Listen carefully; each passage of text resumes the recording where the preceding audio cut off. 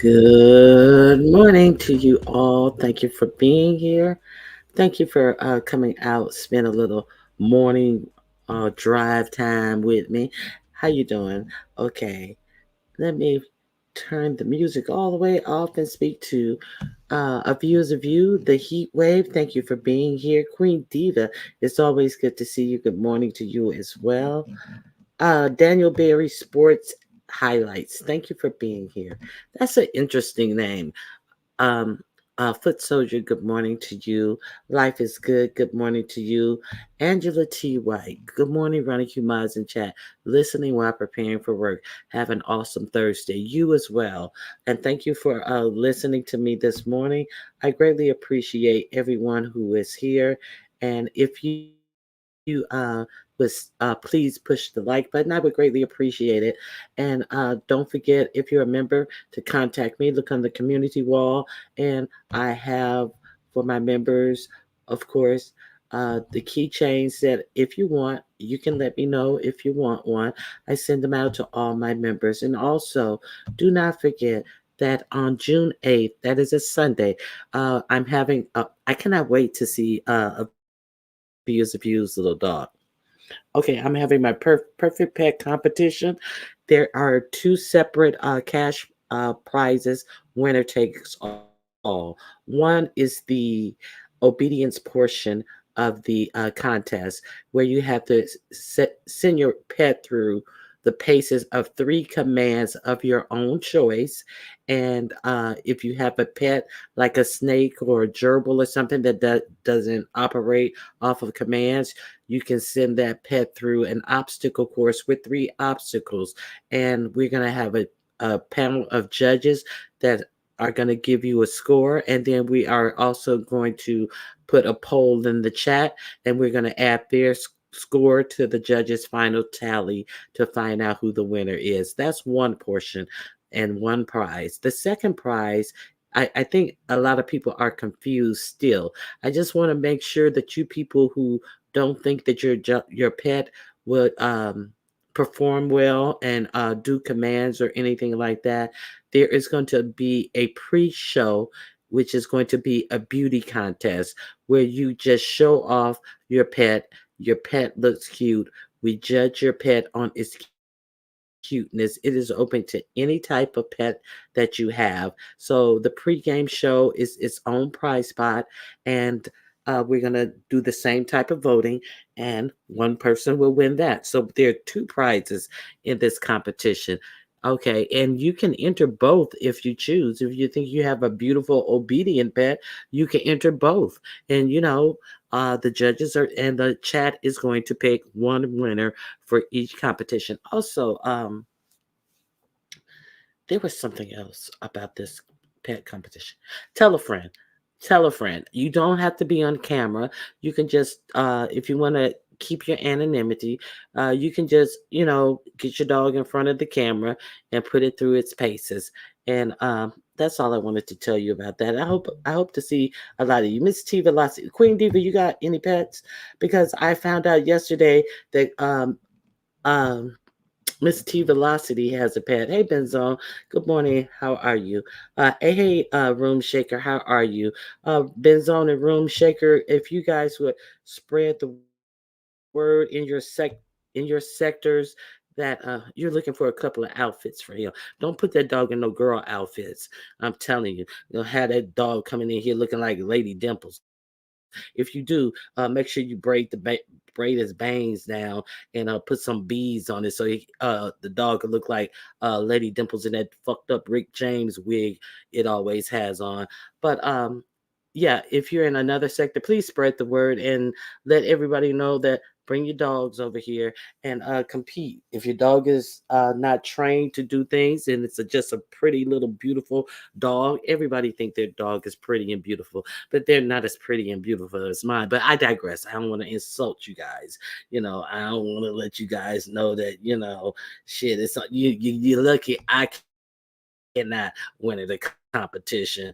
Because surely my beautiful pets would win the competition. But if you think that your dogs or your pet can compete, please enter the competition. We're gonna have some fun. We're gonna have some fun hanging out and win some prizes. And it was fun last time. Let me see. What you say? Uh, Not braid his bangs down. Yeah, braid his bangs down like Dimple's Rick James wig. You know what I'm saying? Be creative. You know, that might be what gets you over. Hey, Michi, be like, how are you? Okay, so let me see what anybody else is saying. Kiki Key. Kiki Kiki Key. You're driving and listening. Thank you, Michi Black, for being here. View said, okay, I got it. Ben's on. What are you saying?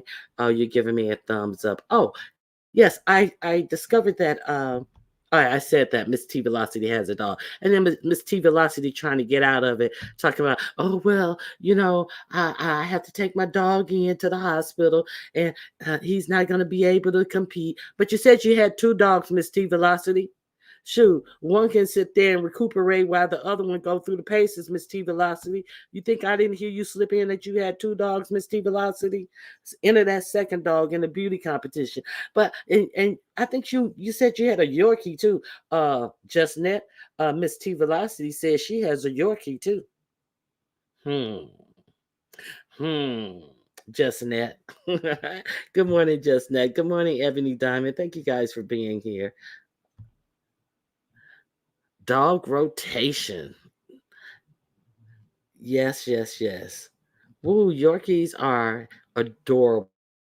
Yes, they are. I think just net, I'm just assuming you have a Yorkie. I thought I heard you say you had Yorkies. Good morning, Auntie Donna. It's always good to see you. And just net, if you see Deanna, if she doesn't come in here today, she probably done with my ass. I realized yesterday after I closed my show, I was like, Deanna was up there. I don't think Deanna said yet nothing yesterday. Child, they was up here uh dragging and tagging yesterday on my show. If you didn't watch my show yesterday, you missed a lot. And I remember Deanna came up and I wanted to hear what she said, but it just got so going left to right. And then the next thing I know, I was like, who was that who dropped? Who was up here who dropped? And as soon as I closed out the show, I remember it was Deanna. So tell Deanna, I am so sorry. Yes, you have two. She has two Yorkies. So Queen Diva, tell T Velocity to bring that Yorkie on down here because Jess Nett already said that she is going to win the beauty portion of this. So uh a view is not telling us what type of dog she has. Hey, Vanessa J, good morning to you as well. A view is a view says she gonna surprise us. And Auntie Donna, you better go get the is it the cousins or the nephew dogs and enter that dog, Auntie Donna. Good morning, Barn Dog. How are you? Okay, and it's just not dogs, it's any pet, because all pets are unique and beautiful. So yes, I had so much fun. But I wanted her to ask more, but I wanted her to ask more. Wait a minute. Oh, she did get to ask one question though, but I wanted her to ask more. Okay, let me see what I'm saying. No, y'all docs dogs. No, you don't have to be on camera. You don't have to be on camera. And Pam, you already said you dress your little boy dog up in girls' clothes, so ain't nobody gonna know the wiser from you. I hope you have it neutered. Hope she don't turn around in her skirt and we see a big old set of balls hanging under the tail. But work it out. My nephew dog Papa. Okay, uh, let my hair go. Oh my god. Okay, I'm just kidding. Okay, let me quit being silly. So, what did we see yesterday? Okay, so what we saw yesterday. Oh, yeah. So we did see a little. We saw a little. We saw a little split. It seems like Rita, Reed, and who else is it? It seems like they've taken a stand, and it seems like Rita and Reed are standing together. It was somebody else in there with Rita and Reed. Who else was that? I forget who else it was, but Reed came out swinging yesterday. Reed, okay, Reed said something about it. Well, she kind of grazed over something about, it must be something to those group chat because no receipts were given. Reed, there was nothing to the group chat. That's why no receipts were given, because there are no receipts to show anything. Read. Trust me. Hey, Love Chicken. Good morning. Uh, it was Tia. Okay, yes, Tia. Thank you, Love Chicken. I appreciate you reminding me. So, Uppity came out swinging. Uppity and Flicker were on a panel. Okay, Uppity came out swinging on, who was it? Ness? Oh my God. Yes, she came out swinging on Ness. And as soon as she did, you know that it attracted Flicker. Miss Queen Diva. And so Flicker hit Ness's, Uppity's channel yesterday, and she went in on Ness. Anytime that Ness is being dragged, Flicker is all about it. Good morning, Miss T Velocity. Just in case Queen Diva get the message wrong, I want to be sure that you understand that I just talked about you and I just clowned you earlier in this video, Miss T Velocity. I said that this perfect pet competition, you were on your show yesterday, hemming and hawing and telling me, oh, my dog, it got to go into surgery. And, I may have to put it in a nursing home because, it's an older dog and da. But you didn't realize that I did hear you say you have two dogs. So why aren't you entering the perfect pet competition? I think I heard you say you had a Yorkie, and just Net up there said that her Yorkies are a shoe in to win everything in this the beauty portion of this test. We're having beauty portion of this contest. Miss T Velocity, your dogs do not have to be trained. We have two separate prizes. We have a prize for the a beauty contest, and we have a prize for an obedience contest. They're two separate contests in this perfect pet show. So your dog just can just sit and look pretty and join the beauty portion, or it can join both. Miss T Velocity, in other words, I'm saying cut the crap. No excuses. I am not allowing any excuses this time. Miss T Velocity, Ronnie Q, don't forget a damn thing, Lordy. Yeah, Miss T Velocity sitting up there, sitting up there putting ace bandages around her dog paw and wrapping it around her neck. Like, shit, I ain't going over there to Ronnie Q and enter you in this. You ain't going to embarrass me because you don't listen good. I know mine don't listen good, T Velocity. Look at him. He looks so adorable, but he is so freaking bad. Cut the shit, Ronnie Q.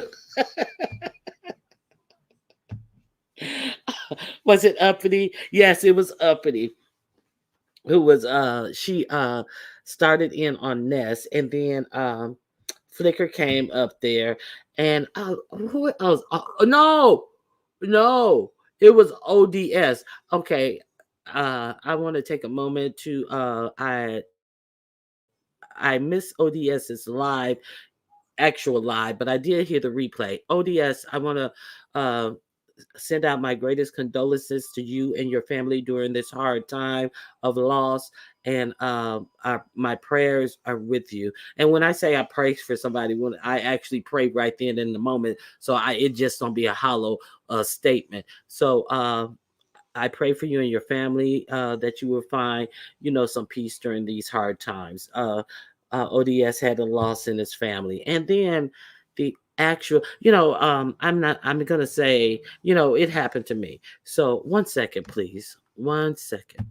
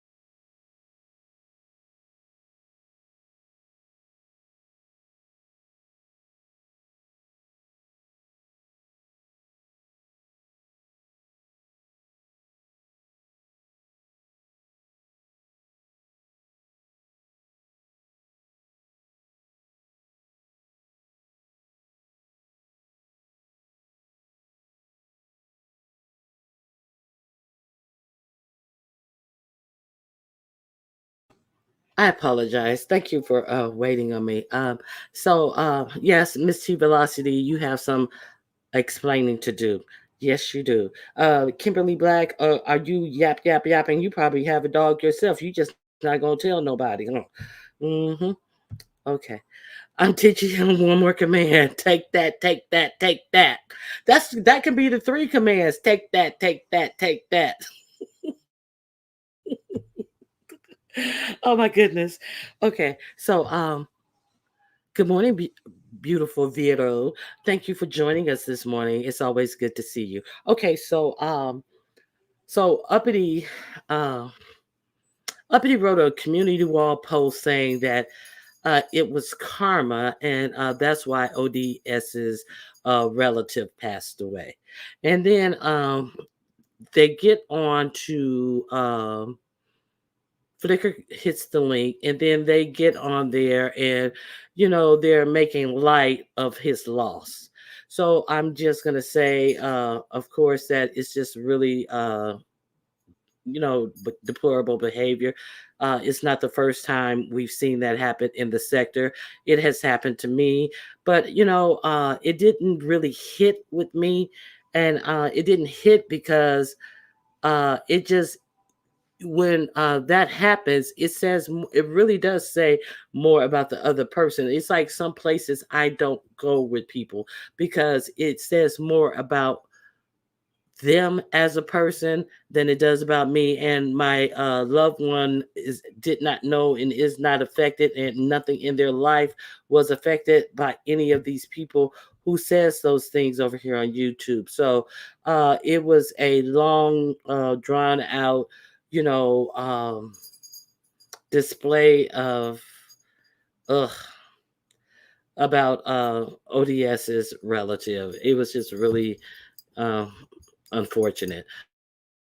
Okay, Dreamy Genie, good morning to you. Okay, Uppity is a damn idiot. I agree. Okay,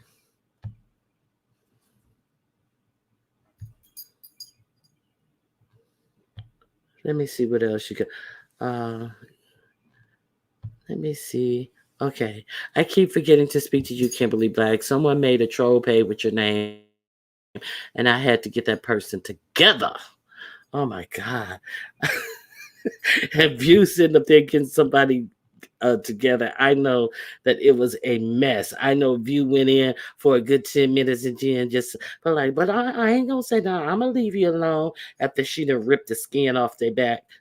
That's a terrible thing to say. Yeah, it was really terrible. But I don't feel nothing behind these people. These people are, you know, hey, show out. Show out. Let us see who you really, really are. That's all I have to say. Good morning, Ox City.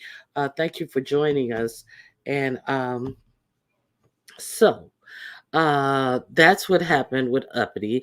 Official D Spot. I did go back and I did hear his live, and he went in and let have on Uppity, and her daughter did get dragged into this. Some people drag kids.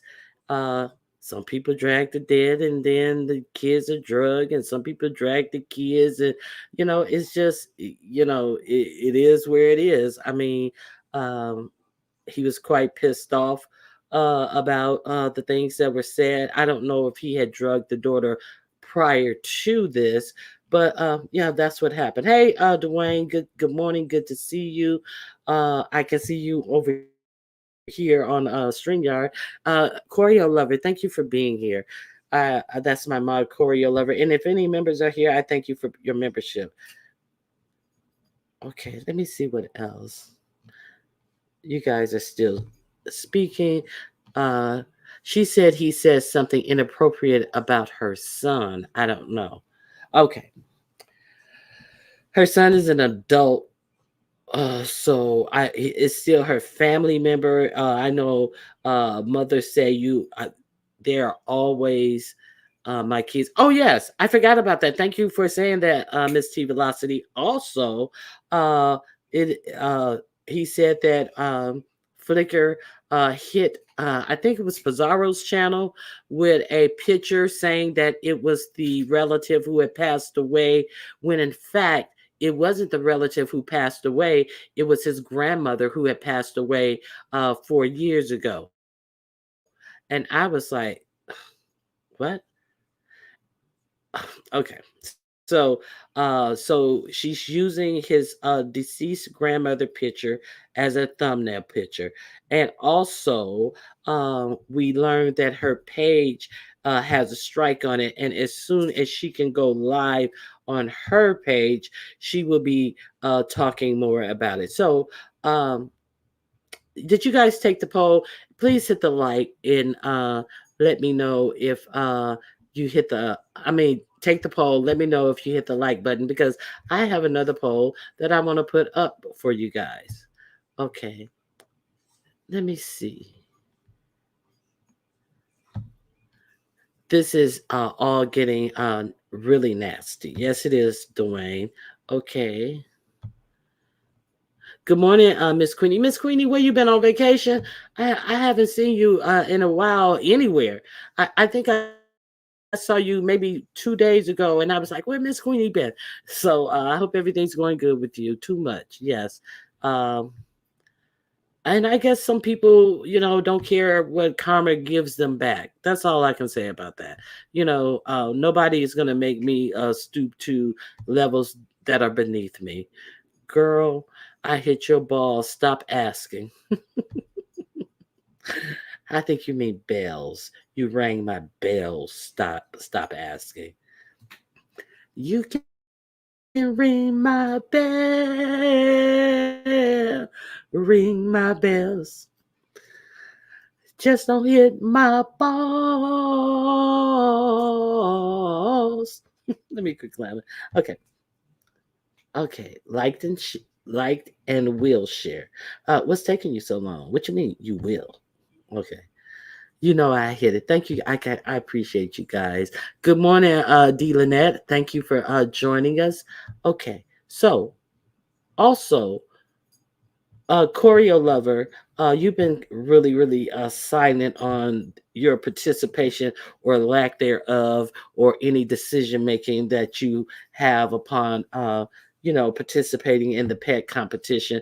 And since Good Morning Hood Scripture, so Choreo Lover, she was unable to enter the last competition because something came up, which I understood. But Choreo Lover said that during the pandemic, she taught her dog to walk on tight ropes and ride a unicycle with his front paws while his back paws are in the air. And Choreo Lover said she trained her dog to shave her husband. And she said her dog is so well trained. But then when the Perfect Pet competition came up, Choreo Lover unfortunately had to bow out. So maybe we will see the splendors of Choreo Lover's pet training in the Perfect Pet competition. How about that, Choreo? She's working. She can't speak individually. Uh-huh. I understand. I understand. I would not have you uh I would not have you typing so much. Choreo Lover's like, wow, did I say all that? Where's that dog at? Okay, so what else happened? So he did a live. Yaya did a short live. So child, how do you go from homicidal to suicidal in 24 hour time? So there was a live that was done by none other than Q Dog, and she was in tears. She was crying tears, and she was saying that she need men, and she need the men like uh Duchess Kelly Love. She need Spill It Boy, Treasure Lane, and she needed Sean Bradley. She needed men in her life, but she can't trust them. But I can't trust you though. And she was, but you're crying for them, and then at the same time, I think it's kind of like like a reflex motion to love you and then insult you. Even in her tears, she had to tell them, I need you, but I can't trust you. I think it's like that. So we're not supposed to take any of that seriously, because when she's in need, she will cry and tell you she's in need. So she was crying. She didn't understand what was going on with her. She didn't know if it was menopause or whatever it was, but she was sad. She was sad. The day after, she was saying that she would take her pow pow and blow and split your wig. Split. I don't know who she was speaking to on that video, but so it seems like Kwani is going through some things. Okay, so there's that. Damn that. She needs to put that. Oh yes, and there was a lot of hard swallowing. Let me see, like this. In between the tears, you heard a lot of, the hard swallowing she does. Let me do it again.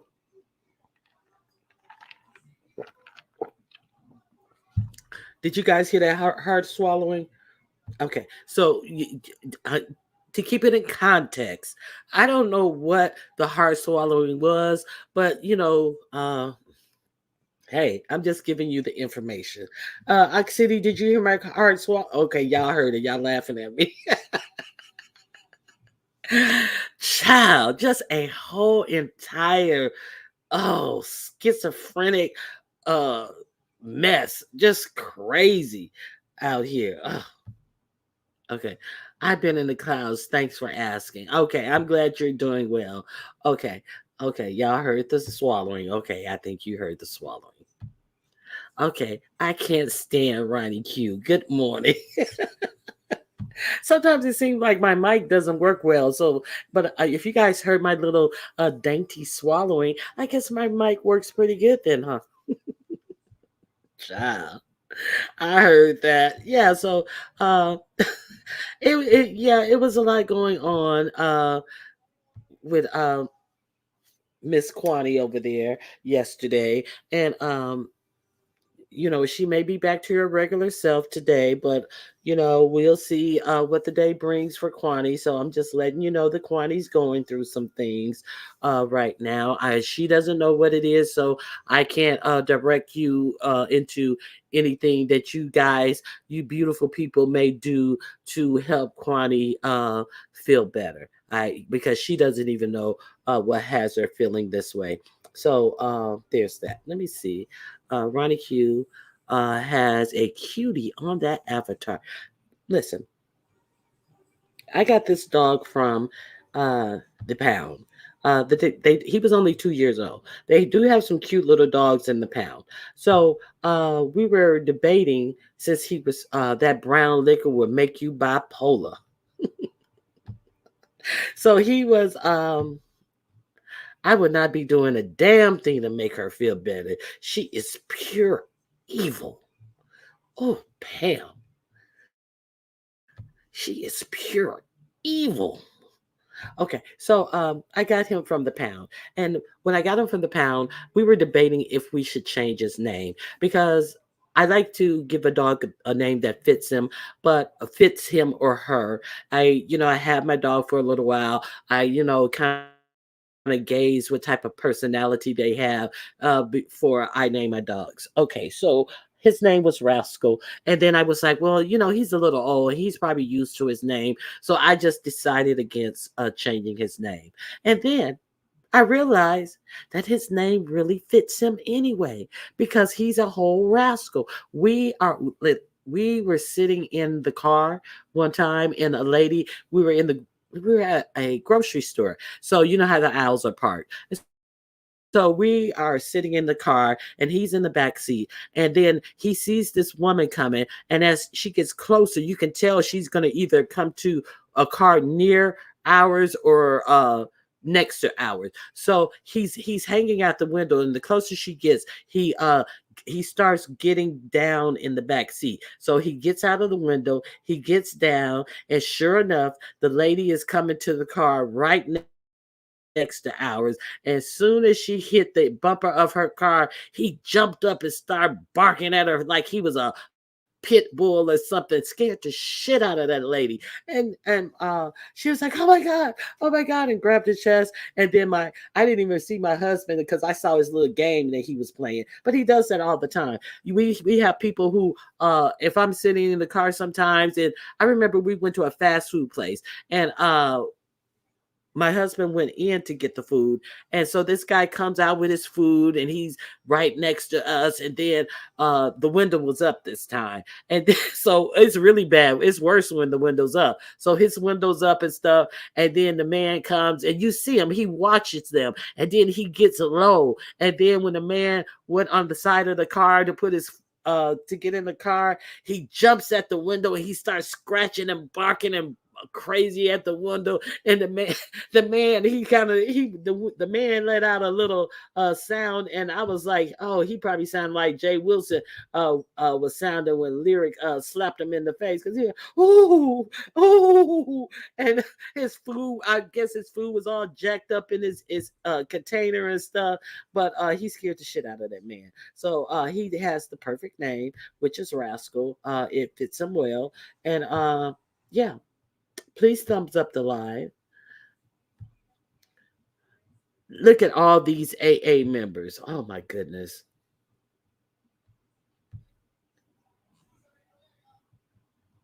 Okay, so let me okay, so let me get off this pet competition and leave y'all alone about this pet competition, because I know I'm gonna see a lot of you there. Hey, good morning, Yaya, my ma, Yaya. I was just reviewing the day's receipts of yesterday, and I think I have a tally for Yaya. So Yaya also went live. It was short and to the point.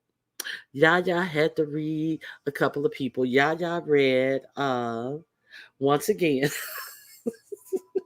Once again, I got you on a replay, Yaya. I didn't know you were going live, but it seems like you didn't either, because you just was in and out on that live. You was like, I have to say my piece. Lot Yaya clobbered Dovey over the head, and then backhands Kwani several times with her pimp glove, because Kwani had been acting up about Yaya as well. Now I don't even know where it happened when Kwani act up with Yaya, but Yaya had to give Kwani a little bit, and she had to clobber Dovey over the head. So, okay. Brother, I think I'm entering the puppies. Yes, you should, because I got KY a bow tie and Sassy a headband. Okay, your girl name is Sassy. My girl's name is Saucy. Okay, so what do you think about all these dating shows? I think I am just going to sit back and collect some good content. Okay. Yaya said, oh, okay. So I'm going to sit back and collect some content. That is what I'm going to do. I think that is going to be interesting. Yaya dropped the mic last night. She sure did. So I think that it's okay. So Brooke Valentine is going to have a For the Love of Brooke over at Ness's. So she's soliciting, they're soliciting either male or female people who may be interested in hooking up with Brooke. I think I'm just gonna sit back and see what happens. Let's understand that Brooke is still living at home with her quote unquote husband. Let's understand that Brooke recently, within the last week or two, announced that her and her husband are no longer together. But now here we are looking for the love of Brooke. So Brooke said she is willing to meet the person probably sometime in the future, but she is portraying this as something that she really wants another human being to be in her life. So there's that. And then we got Big Sexy. The Big Sexy that came out here and said that her boyfriend, Mr. Pettyville, then got married. And so she's looking for love. And yeah, she gonna take it seriously. And so Lemon who chose the what was her name? Baby Mama Brina with the 9 kids who are in social services. He's going to choose some contestants for Big Sexy to choose from. So that should be so interesting to see. The bevy of singular bachelors that are willing to put themselves up should be just amazing. I cannot wait to see it. I cannot wait to hear the stories that come afterward. I cannot wait to hear the commentary about it. I cannot wait for the attitudes uh during the show of you're lucky I'm here. You're lucky I'm considering you. I can't wait for all of it. I cannot wait to see. I hope a crop top is involved, and I hope some walking to and fro from the refrigerator is included during this show. I'm pretty sure it's going to be a longer show. And you know what else? I hear that one of the contestants is actually Shakim. So Miss T Velocity,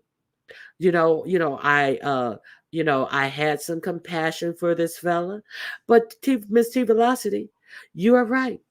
Any attention Shaquem can get, he's going for it. He is going to be one of the contestants for the dating game, hosted by and whose bachelors uh,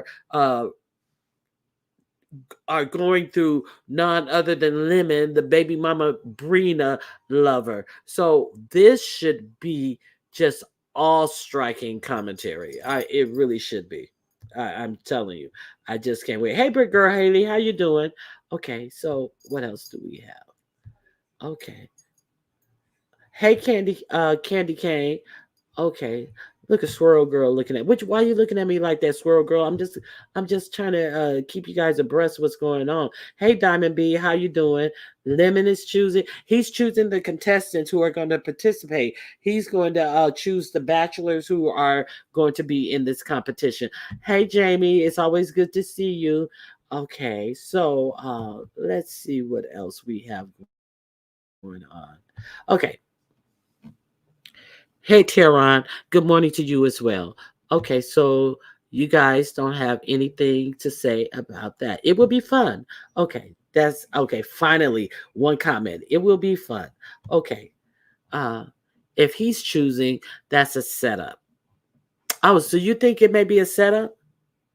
But I don't think that he will intentionally try to set her up. I don't think he would intentionally try to set her up. Uh, but I do think that people seeing who's setting it up will intentionally enter to be a part of their own setup. Do you get what I'm saying? See, because I think that he values their little YouTube ship a little too much to try to punk her or set her up or something like that. But I don't know about the caliber of people who are in this sector right now that I could say the same about them. So that's why it is going to be so riveting because Lemon has a whole cast of characters over there that have attributes that I don't see too often in men. And so that's going to bring me to our topic. Okay. Okay, Shady is being shady. He knows good and damn well. Okay, so that if he's choosing that's a setup. Good morning, Diamond B. Spoke to you.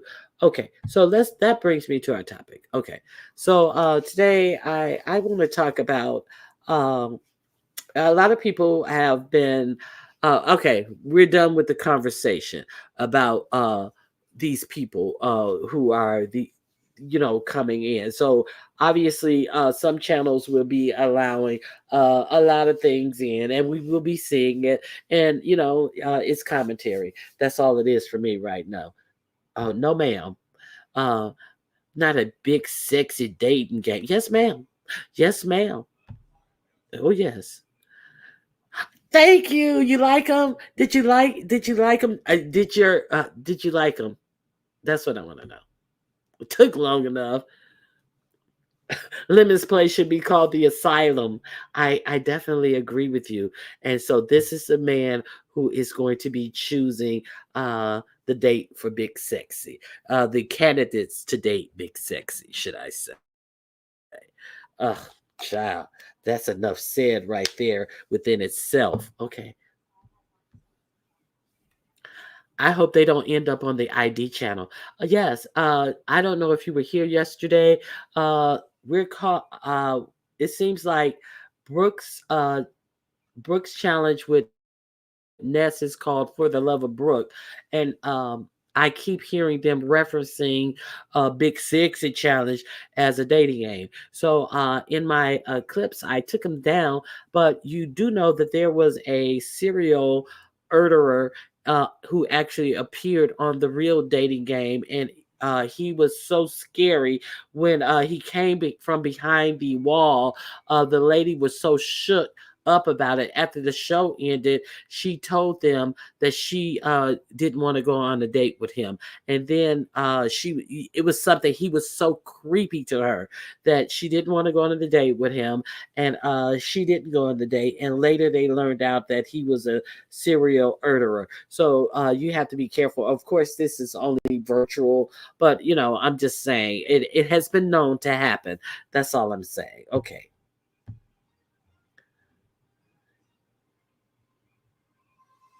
If they do, it's more content. Okay. A no teeth dating game as well. Uh-huh. Oh, I love them. I am so glad you like them. Okay, see, Yaya is a member, and she said that she got her keychains yesterday, and she said she loved them. So, hey, you may want to become a member. And Auntie Donna, if you want to contact me, you see, you send earrings too for the members. No, I don't send earrings yet, but I have been looking at some things to actually do those. That is my forte. I like doing different types of things. But Auntie Donna, if you want to get your keychain, contact me. I want one too, hell. Okay. Well, Dwayne, you're not a member. But I may sell you a little something, something. I'm talking about keychains now. I ain't talking about that good thing. I'm talking about keychain, not the good thing. I may sell you a little something, something. Oh my God. Okay. Okay. Smart lady listening to her gut feelings. Yes, she was a very smart lady to listen to herself. Okay. We keep help, Ronnie Q. Okay. We need help. Okay.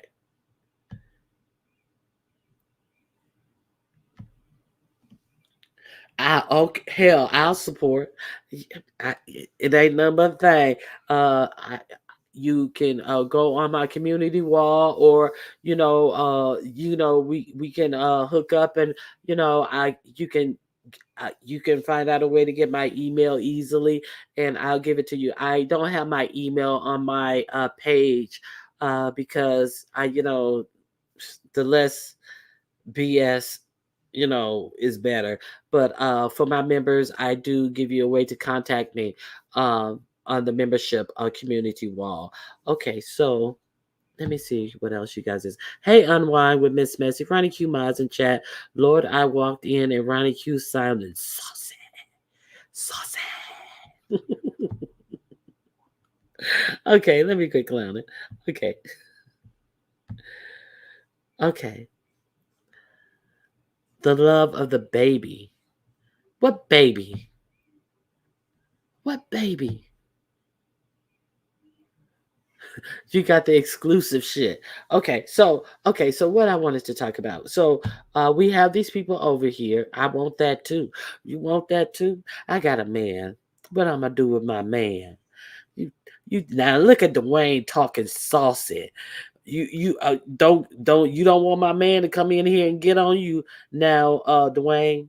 It's early, but it ain't that early.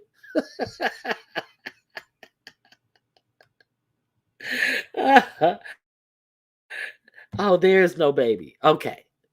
Yes, there is no baby as far as I can tell, but she's still trying to go with that. Okay, so we have these people over here. So this is where we are. And like someone said that, sometimes you go over to Lemon's house and it's like an asylum over there. So what I wanted to talk about today, seriously, is that we touch on the subject, we broach the subject a little bit, but I want to know, what do you guys think about, do you, or do, let me close my poll. Let me close my poll. Okay, so if you guys, to see if you guys hit the like button, and I see right now that we got dismal showings of the people who are in here who've hit the like button. So let me see. The poll says, did you hit the like button on your way in? Only 68% said yes. 17% says I'm just hate watching, and oops, I'm doing it now is at 14%. 171 votes. But there are some more hate watchers than people who are watching because they like me. But hey, those views count as well, and I appreciate you for being here as well. And thank you for taking the poll. You are surely participating, and I could not ask for more. You can join the membership too, or you can shop my Amazon page as well. Keep on hate watching. Go watch what I got on my Amazon page and shop and choose something for yourself. The link is in my description box. I greatly appreciate all the hate watchers. You know what I'm saying? Everybody counts. Okay, yes, I was 130 something. Oh my goodness. Thank you guys. I thank you guys for the likes. I really appreciate that. Uh, Hey, good morning, newbie. It is always good to see you as well. So, here's what I want to know.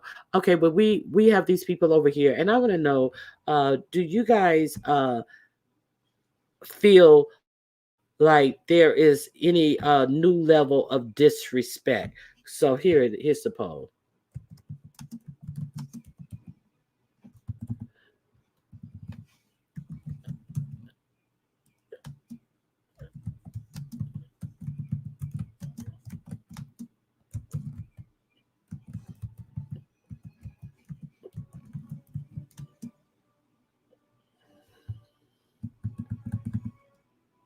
Okay, hold on.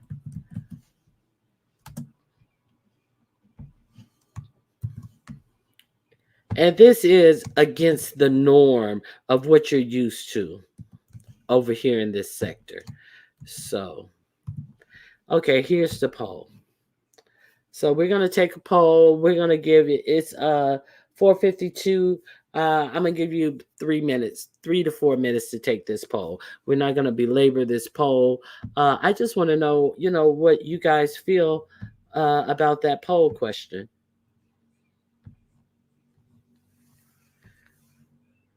The level of what? It's on the poll, Dwayne. Do you guys see the poll? Put a one in the chat if you can see the poll because okay. Yes, I do think that. Okay. Good morning from Korea Lover. She is working. I am so glad that she's here too. Machiavelli too. Same to me. Okay, thank you. Okay, you guys can see the poll. Okay, so what I wanted to talk about today is uh the way that black this is what I want to talk about. You guys can you're welcome to hit the link and talk about anything that the reasons that you think, or if you think that it's par for the course of the beef sector, or do you think that this is something different for the beef sector?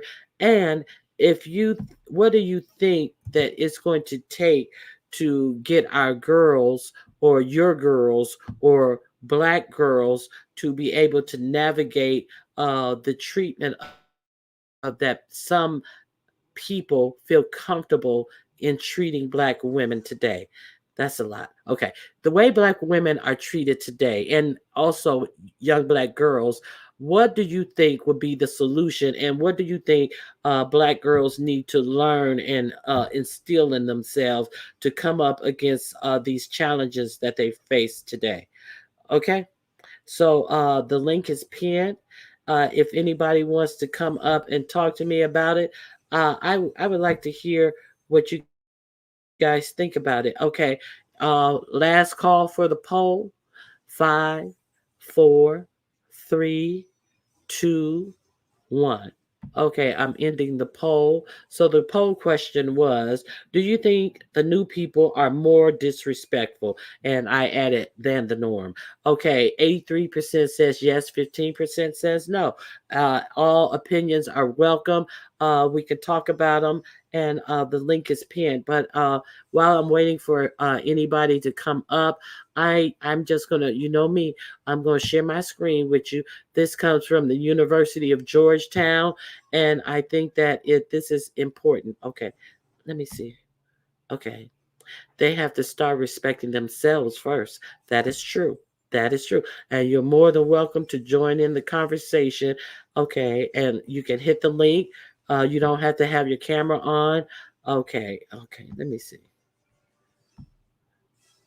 I've seen it in all sectors. Yes. So this is what I'm talking about. It is. Give me a second. I'm coming.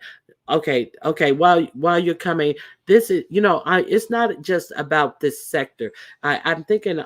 What I'm thinking is that we really need to look at it as a whole, on a whole, because there have been some studies done about how black girls are.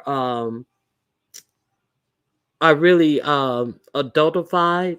They're treated like they're more mature from the age of 5 on. Like they should know better. Like any mistake they do should be treated real harshly. I have someone in the back. I think it's Yaya. Let me put my banner up to be sure, though. Okay, so this is okay. Hey, Yaya, is that you? Hey, good morning, Ronica. How you doing? How are you? I'm I'm doing good. good.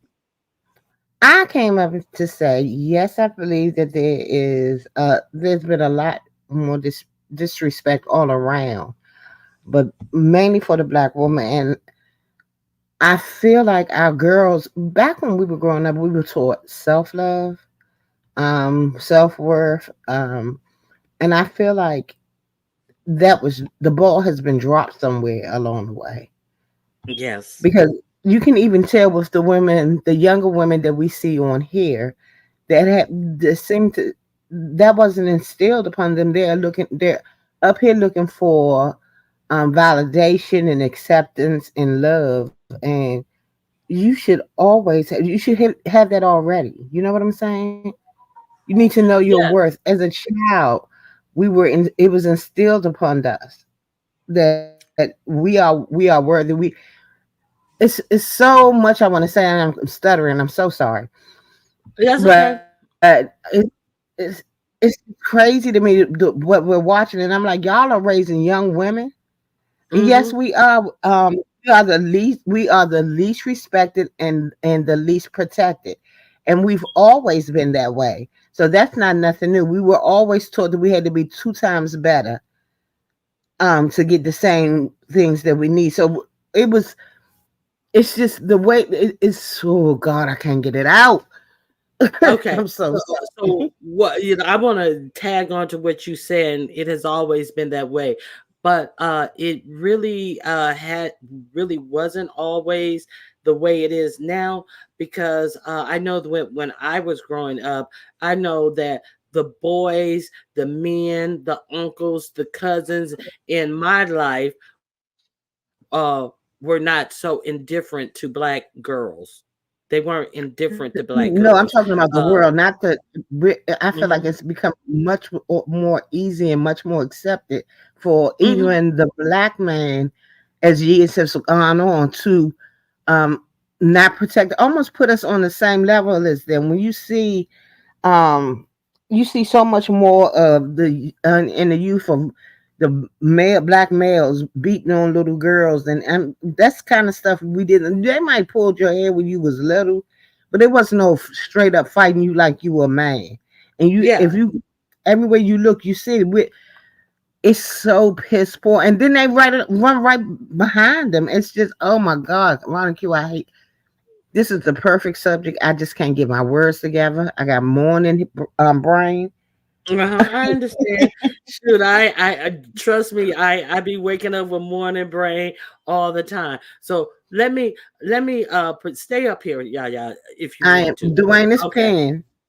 Yeah, the link is pinned. I want to play something to you, and it may help you get your thought. Let me remove this comment first. It may help you get your thought together. Okay, so I just want to play a little of this for you guys.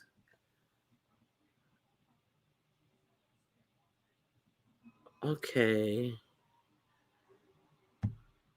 here we go. In the United States, adults view black girls as less innocent and more adult like than their white peers starting as young as 5 years old. This is known as adultification bias. A groundbreaking study by Georgetown Law Center on poverty and inequality found that adults believe black girls need less nurturing, less protection, less support, and less comforting. And related studies show that black girls are punished at a disproportionate rate in schools and the juvenile justice system. These statistics reveal an alarming reality. But do they reflect the experiences of black girls and women? We conducted focus groups across the country to hear about their lived experiences. They told us that black girls often face higher standards. I feel like you cannot make mistakes as a black girl. All kids make mistakes, but in similar situations, black girls are treated differently. A white girl's mistakes might be met with sympathy and understanding. But time after time, black girls are punished instead because they are held to a more adult standard of behavior. Everybody says, oh, you should have known better. They're not even acting like we're children. Those different standards may be linked to harsher treatment for black girls. We heard stories about adults holding black girls more accountable for their actions. During a Foursquare game at school, one of the balls hit a girl in the face. They just threw assault and battery on my record. I had to transfer to a different school, but the other school didn't want to take me because I had assault and battery on my record. In our focus groups, they overwhelmingly agree that adultification bias is associated with punitive treatment. Negative stereotypes of black women are also projected onto black girls, which can contribute to adultification bias. Focus group participants overwhelmingly confirmed that even when they were young, adults viewed them as less innocent than their white peers. There was this assumption that you're cussing people out, drinking, and having sex. But since I never thought about that before, they were basically introducing me to those topics right then. In 6th grade, the school nurse asked my aunt if I was sexually active. And I was like, at the time, like, what? Nobody has sex. Like, I didn't know anyone that had sex. She would never think to ask my white friend that. Black women and girls also told us that adults stereotype them as too loud, aggressive, or angry, and see black girls' actions as threatening and disrespectful. Adultification bias erases the distinction between childhood and adulthood, which can have a harmful impact on the lives of black girls. We need to work together to end adultification bias. These findings in our new study provide. Okay, so that's what I wanted to play for you. So, what do you think about that? I think it's very true. We see it in the court system. They always look at our babies as adults. No, Hmm. I mean, they always um an 11-year-old is treated like an adult with the same crime as a little white child is treated as a child. We even saw Like, that with remember when the school shooter, they took him to stop at Burger King before they took him to jail. yes, I do. I surely do. And see, that's one of the other things about that whole situation is that when you're treating our kids when the society is treating us like this as a whole, now it has turned to black men are also treating black women this way as well, as if we're lesser than, and we don't deserve respect of other girls, we don't deserve the reverence of any other race of girl or woman. You know what I'm saying? So it has become a real big problem that it seems like not all, but some black men are correlating into their lives as well. So that's why I kind of wanted to talk about that, because it is really a big problem. And you know what? What's his name? Thug Life made a good point. It's the songs like "Sexy Red," my pussy pink, my booty hole brown is actually played on the radio. You see what I'm saying? It's there's no level of, I mean, first of all, the song is inappropriate for children, but they know the song word for word. And where do they learn this? For YouTube, Spotify, whatever. But they have so much more that it's right at the tips of their fingers. And these parents, I felt, aren't being diligent enough to taper what their children are able to listen to. Now, I'm not saying all of them, because I would never make a broad statement like that. But there's a vast majority that don't. They stand up there singing the songs with their kids and thinking it's cute, and I don't think it's cute. Everything isn't for everybody. Let a child be a child. They don't have childhoods anymore. They're sitting in front of TVs and computers all day, and they're getting access to things that they really shouldn't have. They shouldn't And have it. and that's one of the big, I'm gonna let Rebel Son up, and that's one of the big things that they are also talking about. They're talking about uh black girls are not allowed to be girls. They have to be so much more at an earlier age. Rebel, is that you? Hey, yeah, it's me. What's Good going on? morning. Hey, good morning. This topic is it hits home. I we need topics like this, Ronnie Q. I think that black girls, I wanted to add that they're forced to grow up a lot earlier as well, because a lot of times they are put in positions to be adults because they're looking after their siblings. Um, I had a friend that lived with me, and his teenage godson moved in with us. I had to tell this boy, when I heard him talking to his girlfriend on the phone, when he got off the phone, I said, dude, why the hell were you talking to her like that? That's not one of your homeboys. He was like, man, shit, I'm gonna beat your A. And I was like, you don't talk to your girlfriend like that. She's not your homeboy.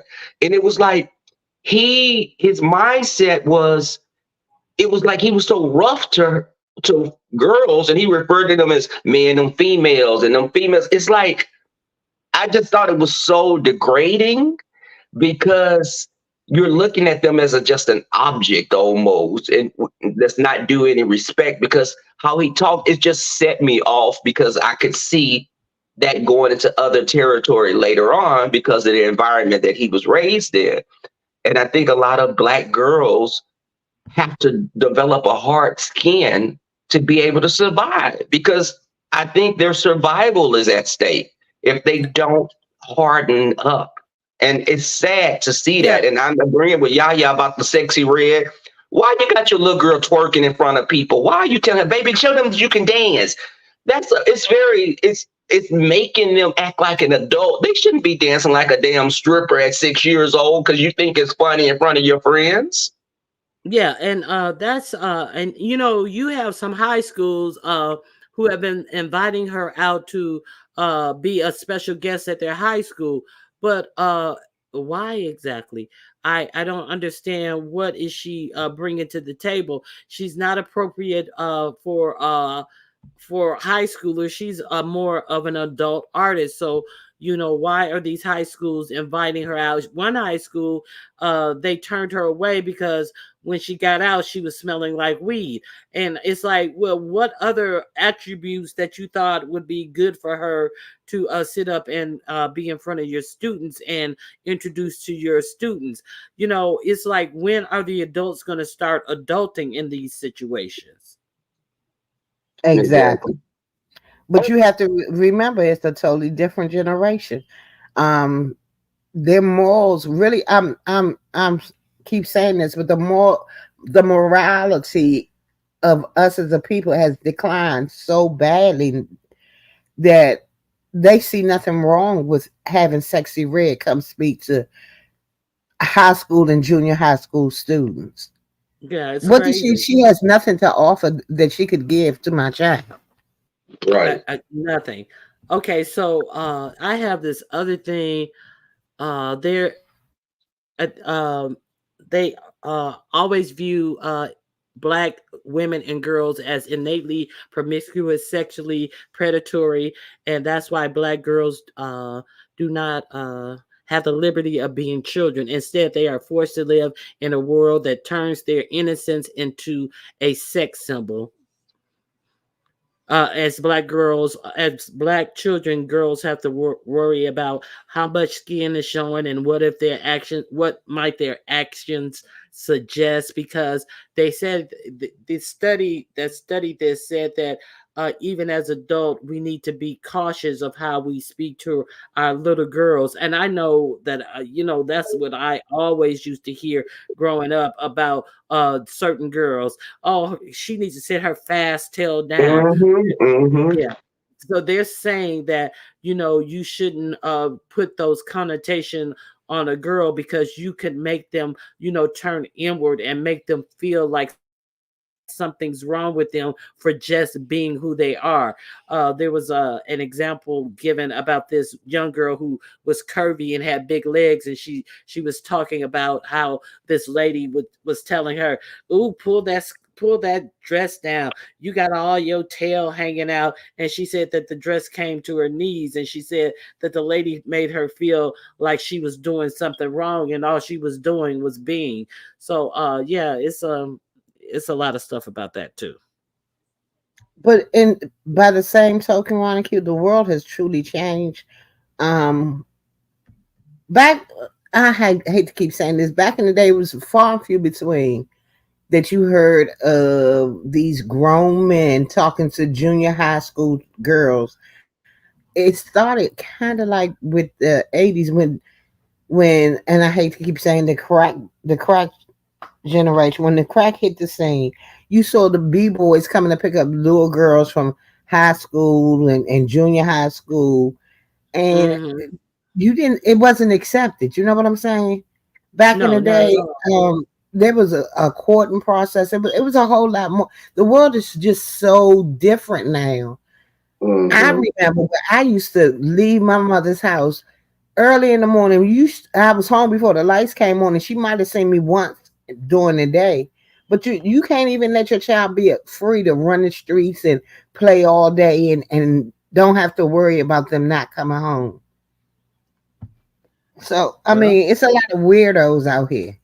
And even to add to that, um, I have a family member who put her daughter out, and we were like, "Wait, hold up! You're throwing this girl out. You ain't gonna be grown in my house. Like you, 15, 16 years old." The girl ran off to move with her little boyfriend that was probably, I think, 18 or 19. Don't you see? And we had to tell her, you're doing what your mother did to you. And this was and like 90s. You're making her, forcing her. Now she's going to be a teenage mother if she doesn't get her life together. Do the same thing that you did. It's almost as if her mother is jealous of her. And I've seen that.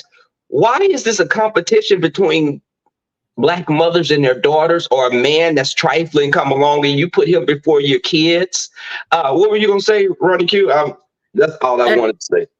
And another thing about it is, you have to look at how our black girls are punished in school. The rates of suspension in girls,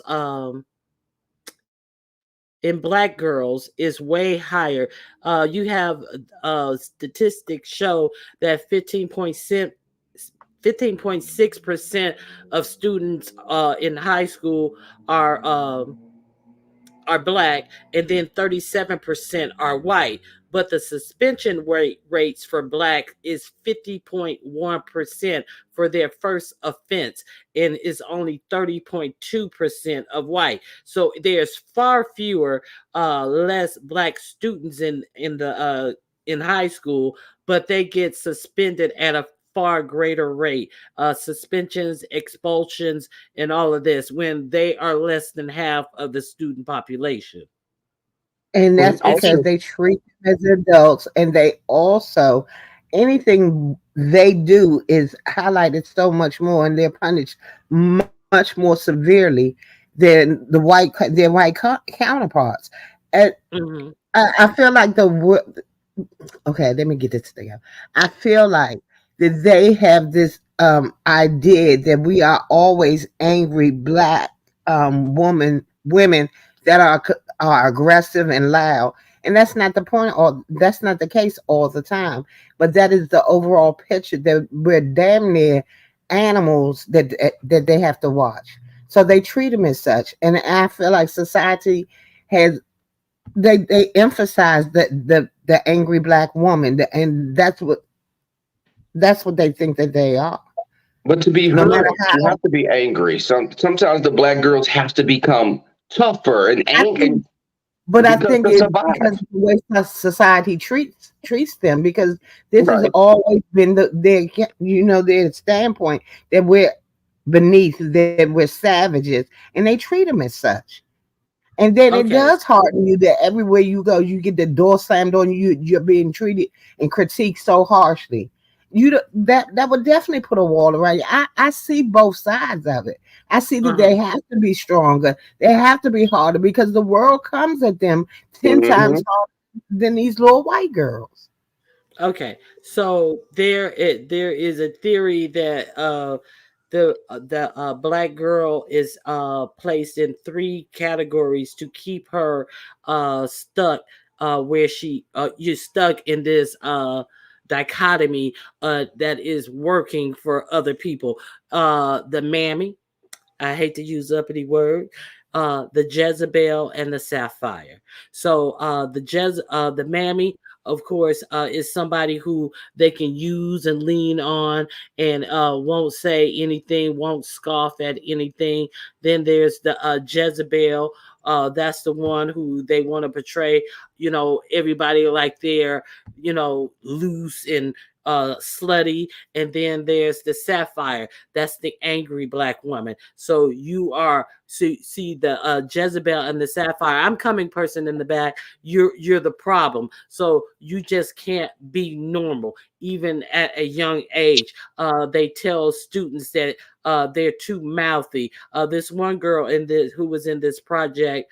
I dropped the link for you guys for this adultification bias project that Georgetown is doing. And this one girl, she spoke, and she said that people treated her just because her teacher told her mother, called her mother and said, she raised her hands too much in class. And she said that her mother was like wondering, why is it a problem, like she was excited to learn, and she was joining in her learning and real active in her learning. But the teacher looked at it as if she was a busybody and all this, but she's active in learning. Hello, Aisha, how you doing? I'm fine. How are you? Good morning, everybody. Rebel and Yaya. Good morning. Okay. I know it's been One a while. second. One Top. second, Aisha. Okay. And so that's one of the things that they use to categorize girls as being a problem in school. Now that's crazy to me. So let's before I let Aisha talk, I want to let you guys hear one little short clip. Okay. Let me hear. Let me put my banner up. I just want to let you guys hear this one little short clip. And so this is how the teachers are teaching the students. I'm using this as part of copyright under Section 107 of the Copyright Act for conversation and teaching. Okay, let me share my screen. This is a real short clip, and you guys may not think. You guys may think that this doesn't certain attitudes of other people who want to keep us in a trick bag doesn't permeate into ourselves, but let's listen to this. Okay.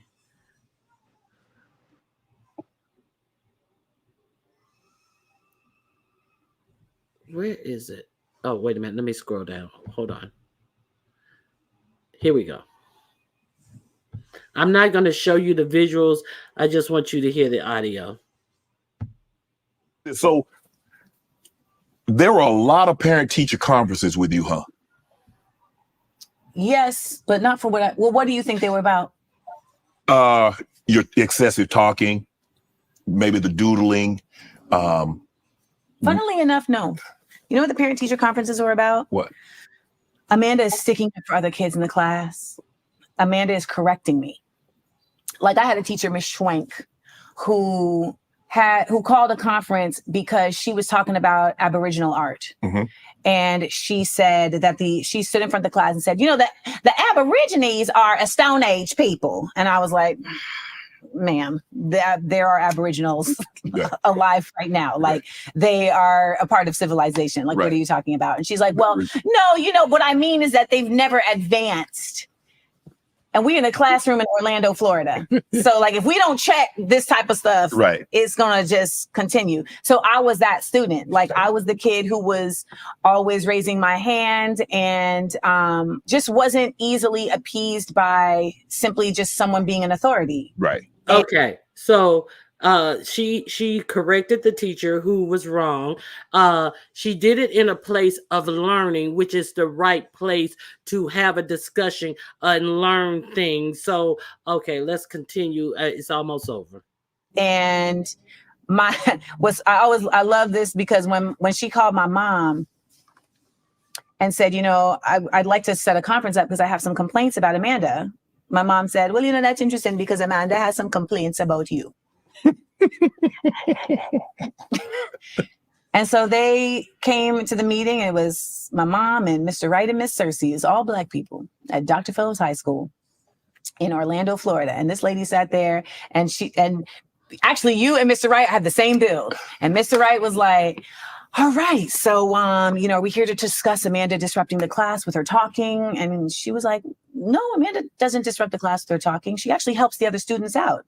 He's like, oh, okay. So is it about her grades? And she's like, actually, no. One of her art pieces is featured in our exhibit at the library. And he's like, so what are we here for? And she's like, well, you know, she corrects me in front of the class. And these three Black people are now she corrects her. She's acknowledging that she's getting things wrong and she's just embarrassed that this little Black girl is correcting her. But let's hear what Shannon says about this. Like, here we go, this racist bullshit. You know, because that's really what it is. We're in Florida in the 80s and the 90s. And but let me ask you this. Okay. Do you think she would have felt equally as offended if a white kid, because I'm assuming this teacher was white, right? Mm-hmm. If a white child would have corrected her, I think most teachers would feel some type of way if a child corrects them. Okay. What do you guys think about that statement? I think that if you're a teacher and a child, you should be open. If a child is seeing something that you're not or knows, because you don't know everything as a teacher. Correct. And also, doesn't she sound like sassy? That's Amanda Bynes. Yeah, that's Amanda Bynes. Okay, yeah. Amanda, is it Amanda? Not Amanda Bynes. Amanda Seals, but she sounds just like sassy. But I think that a lot of times children are misunderstood. And with her saying that, she was right. The teacher it was that teacher's ego that had the bigger issue with it. to the point that she called her mother into the school with three representatives from the school to talk to her about her child. Why? You're in an institution of learning. One more second. Let me finish this out with the the coup de grace of this. It's like a minute. That's not for me to surmise. I'm just saying that my experience was this lady giving wrong information. Yeah. And I'm allowed to correct it. Now, this is the same lady who tried to accuse me of stealing. And when a white girl said, no, Amanda didn't steal it, I did. She was like, well, I think both of you need to go to the principal. Right. I am in Orlando, Florida, which is a notoriously racist state, Florida, in the 90s. And I'm talking to you about a white woman who is speaking about Black people, indigenous people in a country where those same indigenous people have had all of their land taken from them by former criminals that were sent there from England. And she is calling them Stone Age people. And I, as a Black girl, the only Black girl in her class, am correcting her. But my thing is, you're right. She possibly misspoke or she didn't know. I guess my question to you is, why do you even feel compelled at this juncture in this interview?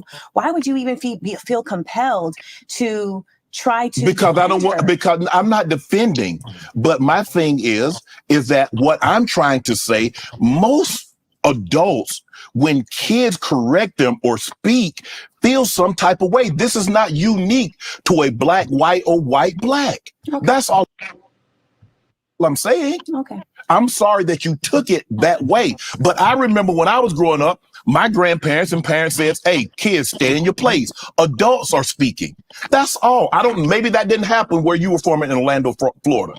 But where I grew up when I grew up, kids did not correct adults. So I apologize if you thought it came off as combative. No problem.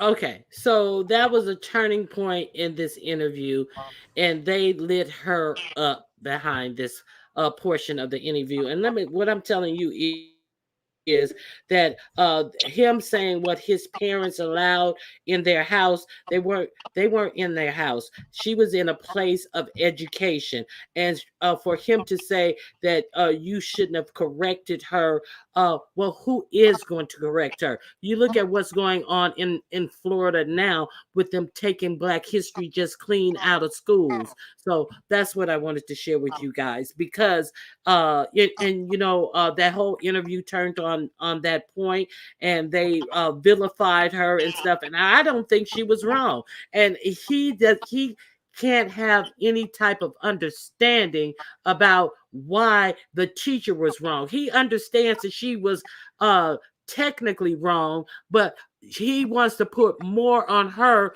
for giving the teacher the right information. Okay, let's go. You guys can discuss.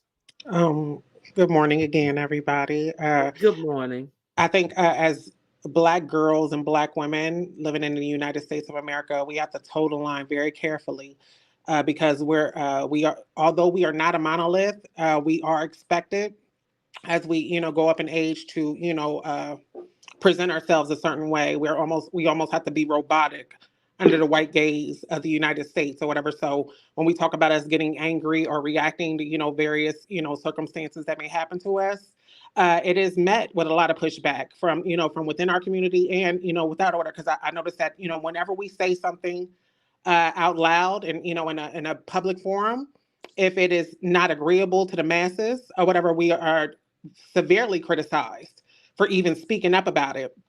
And that is, it's quite unfair, and it's not even realistic, because we are human and we do have emotions, and we are going to react to certain things that we find unfair or find unjust or find like that are personally attacking us. Like our natural reaction is to become combative or defensive. I think that also when it comes to children or whatever, I think that the old school way of thinking is to not allow those children to have autonomy. Now, we are supposed to guide them, but they're little humans, and they're going to, they're also going to test the boundaries of what can be done and what can't be done. I think that a lot, adults have a tendency to be very ego-driven and ego-centered, and none of us like to be corrected in front of anybody. None of us want to feel like, like we're being spoken down to. Or if we're, especially if I'm a teacher or a preacher or somebody that, that is speaking, I'm in a leadership position. I don't want, I'm assuming that most folks don't want to be contradicted in front of, in front of their subordinates. And so I think that that is something that, we need to take a look at. But I think the adultification of Black girls, that is almost a rite of passage and par for the course if you are born as a Black, presenting person in America or whatever. It's just, there's a lot. I heard Miss Yaya say, back in the day, we did, like I guess around the crack epidemic is when folks, we started seeing the B-boys pick up little girls from school, whatever, like, cause they got money to spend and they're, they're trying to up their, their game and status. However, I would say that, it's become a lot more prevalent, I think, out loud right now. However, I think that, this type of stuff has been going on for, for years since, back in the, in the slave quarters, in the houses or whatever, Black girls, babies in particular, or whatever, children in particular, are the most vulnerable, the most vulnerable demographic, in the world or whatever. So they can be subjected to a lot of different things. And unfortunately, depending on what you were subjected to, and if you didn't have the proper, the proper community or village to help, reinforce, positive affirmations into you, you will grow into that trauma. And but hold on, that's the problem, right? That's the problem what we're facing right now. On a larger scale, Black girls do not have that community, that structure. That's my whole point. Outside of the teacher, she already had to go through that with her teacher in a learning situation where she should have been safe, and the teacher knew she was wrong. So I'm not gonna keep cutting no motherfucking apples about this teacher. The teacher was wrong, and she is being basically disciplined for giving correct information. That's upon the teacher to teach the proper information. Okay, now we bring it back to today. You have him sitting up there telling her she was wrong, being an apologist for her being done wrong as a young girl, and actually having principles and sicked on her. This could have a lot of girls in this Georgetown study said that, once they kept running up against this in grade school and in junior high school, by the time they got in high school, they totally had shut down, and they found it easier to just try to get boys' attention and concentrate on boys because nobody bothered them then. That's the whole point of the whole situation. What that's okay. That's what I all right, wanted so to say. I'm not disagreeing with you, Ronnie Q. But I am, just for context of, the adultification of young Black girls and Black women, or as they, grow into Black women. Rather, I think that having the same familiar, sensation as well as experience as most Black women in America. I come from a lower middle class background or whatever. I did have aunts and uncles around me, and and things or whatever. And even as an adult, I'm very, very, very blunt and very outspoken. I am considerate with my words because I understand my words are quite powerful. However, I know I know how Amanda Seales feels or whatever when she, during that interview, because I watched it, I felt, like, oh my goodness, you are my sister. I feel you or whatever. Like, because when you do know things and you bring it up, folks don't really like to see, they don't like that on Black women. They don't like confidence and intellectualism on Black women, even though it has proven time and time again, like we are navigating, we are moving around, and we are going to do what needs to be done regardless of who says what. Like, Black women are the number one, demographic in this country or whatever, what businesses, degrees, like we are unfortunately we are magical. That is our curse and our gift or whatever, because regardless of what the world says, I can do or whatever, I'm going to have you hold my beer and watch me do this. And so I'm not saying that, absolutely, Shannon Sharp, I didn't expect too much from him. Listen to how he talks, listen to where he comes from. I wouldn't be surprised to find out that they, find all kinds of CTE up in his brain cells after he dies or whatever. And, and his behavior has been rewarded or whatever. The way that he acts and the way that he kind of, kowtows to, the way white folks think, that has worked for him. And I think that a lot of folks, seems like he puts it on a little extra. I mean, Shannon Sharp, it seems he like digs into the I'm a bunking type of talk and all that. It seems like he digs in a little extra to me. But go ahead, I Yeah, interrupted you. and that's also, that's also a stereotype that, black men need to understand, or whatever the stereotypes. Even though we're, right now, I understand. I'm not trying to take the conversation over, but we are all subjected in the black community to various stereotypes, and Shannon Sharp definitely falls into that stereotype of the shucking and jiving, soft shoeing, old chicken George ass, buffoon, nigger, coon. Excuse my, and I'm sorry, excuse my French. Yeah, but see that, and this is where I want to get back to the whole area of where I'm talking about Mm-hmm. is see he's willing to do that, and he had no reason to do that. There was no reason for him to do that, and it's just so pathetic that black men find it so easy and necessary to do that to black women when they are not wrong. What point is he trying to prove, years away from this incident that had nothing to do with him, which she was obviously right in her assessment if that's how it went down. I mean, why did he feel the need to I continue think to that a trauma lot her of over the black head? men, especially if we're looking at it from the parasocial view of the internet, I find that a lot of black men, instead of as a collective coming together to right their wrongs and to really work on their trouble areas, they are more so wanting to blame. Like black women, it is easy for us to take the blame, for us to take the shot. Like we will be thrown up under the bus first. I don't care if we were there or not. Like black women are just, and I think in the case of black men, because they are so low when it comes to statistics on, in comparison to their counterparts, the black women, that they have a resentment, a jealousy, and they consider us their competitors. But I am a woman, sir. You are a man.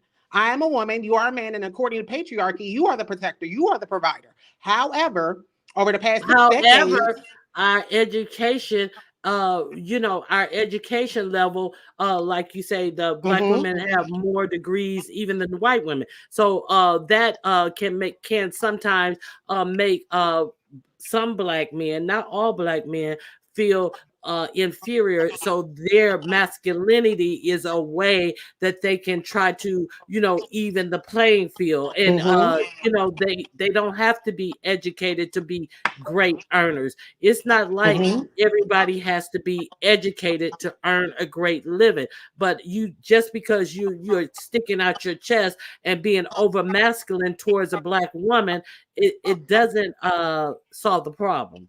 I concur, Monica. I also think that what I'm noticing now, in my experience and looking at stuff, that to me the most fragile egos that I can see are white women and black men. They have the most fragile egos or whatever, and it doesn't take much to move the needle in order to make them kind of explode and cause severe damages to those around them. Or whatever, it doesn't take much or whatever, I mean, if, what, men might consider disrespect. I know that a black man, and I'm not saying, because I'm not coming down on, the totality of black men. However, I will say, because they have also had to, be put in a box as far as their emotions and expressing themselves in a more cohesive and conducive manner, that instead they will, the only time that they can laugh and they can get angry. That's what they can do. Anything Okay. outside of that is going to be considered a weakness and a vulnerability that will be exploited, and folks will tear them up or whatever. And so But I think, but see, what mhm, the thing about it is, I don't like the direction that you're taking this, because mhm. we understand what the problem is, but we understand that there is a problem. And it seems like you're really so accepting of these problems, and Oh my God! rather, Oh, Miss Ron, like I said, because this is your panel or whatever. So I'm not. yeah, I'm trying to yeah. be. I'm trying to be as politically correct and open mind. Like I'm trying to take the nuances and Hold circumstances of on, hold everybody on, into hold on, hold consideration. on, hold on, Okay. 1 second. Rebel, is that you? Yes, yes. Okay, all right.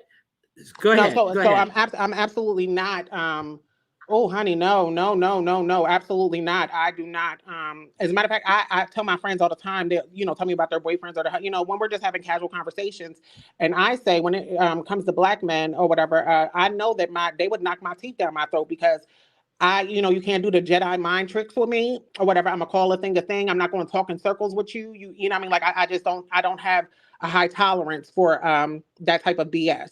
So I you know what I mean? I see it and I point it out or whatever, and I don't usually entertain or engage with brothers that that want to play those type of games or whatever. I don't seek the validation of a man. That I've been married for 15 years or whatever. But I already know. Like I was raised by good black women and good black men who let me know that not only I mean I got a love within myself that'll outshine everybody else. But I was brought up in the church, so I got the love of God in me or whatever. So nobody you can never describe to me who I am or how I am or what I'm supposed to do or whatever. I already understand that. Oh, okay. So Rebel, did you hear all of the clip that I played? So I want to hear what do you have to add to it?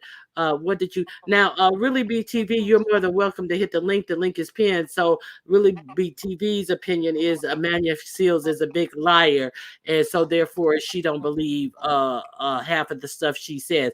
Okay, so let's just take Amanda Seals out of this because it's not about Amanda Seals, really BTV. This is about the context of this conversation. What she laid out, it wasn't like personal about Amanda Seals because this is what a lot of young black girls are going through in schools by their teachers trying to shut them down. And I understand that you are an educator as well, but I was talking about the Georgetown study where they are saying that with the over suspension and expulsion and treating black girls harshly on their first offenses as opposed to their white counterparts. This is not about Amanda Seals. Okay, so she told a story, take her out of it, and then Shannon Sharp decided to tell her that what she did was wrong if she in fact corrected a teacher about the Aborigines. So it's not about the personalities, it's about the bigger context of the conversation. So Rebel, what do you have anything you want to add? Yeah, I wanted to add. Wait, hold on. I hear a voice coming back to me from someone. Aisha, I'm gonna mute you. I think you have feedback. Okay, Let I'm me sorry. see. Yeah, I'm working. I'm sorry. Okay. Yeah, that's Aisha. Go ahead, Rebel. Okay. Yeah, I wanted to say hello. I'm here. Okay, but black girls are expected to be seen and not heard. They want them to stay in a particular place. If you show some sign of, oh, this is throwing me off because I keep hearing my voice coming back to me. I don't hear it anymore. But keep. Well, I know it's hard. They want women, girls to be pretty and to be on their shoulders, but you better not show that you have some form of intelligence that's somehow greater than theirs. Stay in your position. It's almost like how white people would look at blacks. You know your place. Don't speak out of turn. Women, know your place. Exactly. We can call you B's and H's in rap videos, but you better not come up here and start speaking. You better not come up here and show that you're intelligent on any level. I agree. Yeah. What do you want to add to that? I totally agree with what Rebel just said. And then I want to go back to the point where you said, why was Shannon Sharp respond the way that he did? You hit it right on the head with the coonery. I mean, we know white dollars are what support him, his main investors. So I feel like that he's playing up to what they want. It just irritated me so much because I had a much different learning experience, but then I was in a private school all my life, and we were encouraged to question anything that we felt was wrong. We were encouraged. Our children don't get that. I was very blessed to have that type of experience where I was able to question adults. My mother enforced that upon us, and I keep saying this, maybe my mother was way ahead of our time, but we were taught to ask questions, to speak out when you see a wrong. And our children, our girls mainly, are being shut down by everybody around them. It's like we're forgetting that they're little girls and they have to grow up. The world is harsh enough. Why do we have to make them even harder? You know what I'm saying? Why do we not let them flourish as children and women and nurture them when we're teaching them to put this shield around them, and you don't want anybody to say, oh, she's too loud, oh, she's too outspoken. I mean, everything we do is seen to be aggressive when it really isn't.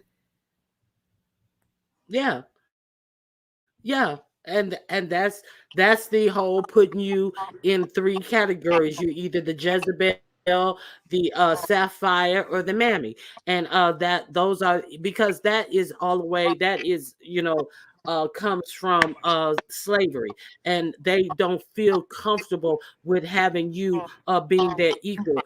There was a big TikTok video of these white women who said it made them It's feel a very background. Do you hear it? it, it was Aisha, here you she's go on on mute. mute. She's on mute. Is it me? Is it? No, she was It's off you, mute. Yaya. Oh, okay. She was off mute.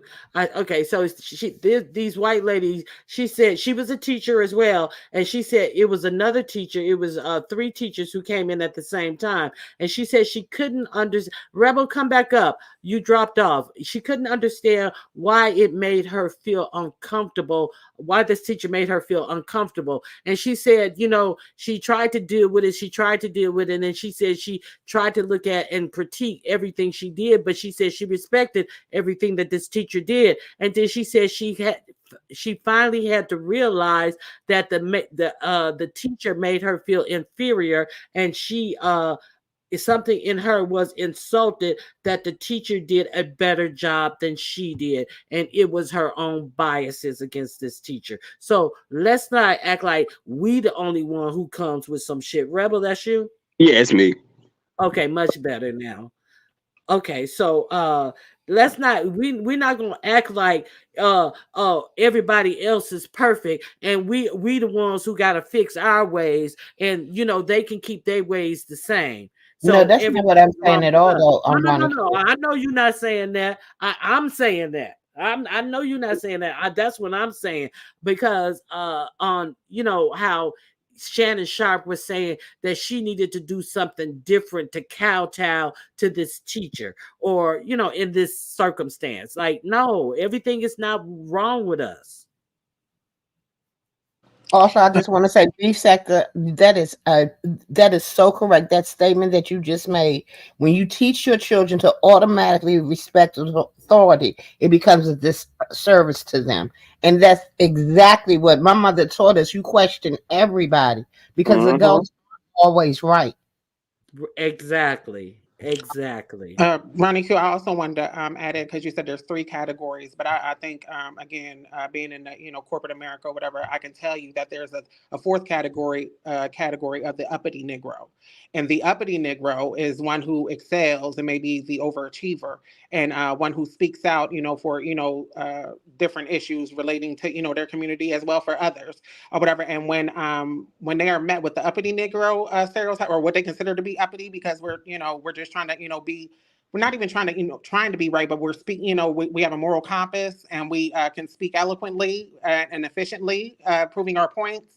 That is met with a lot of degradation and a lot of like, you need to sit down and we need to put you in your place Yeah, or they whatever. really want to put you in your place at that point. No, I wasn't saying the three categories.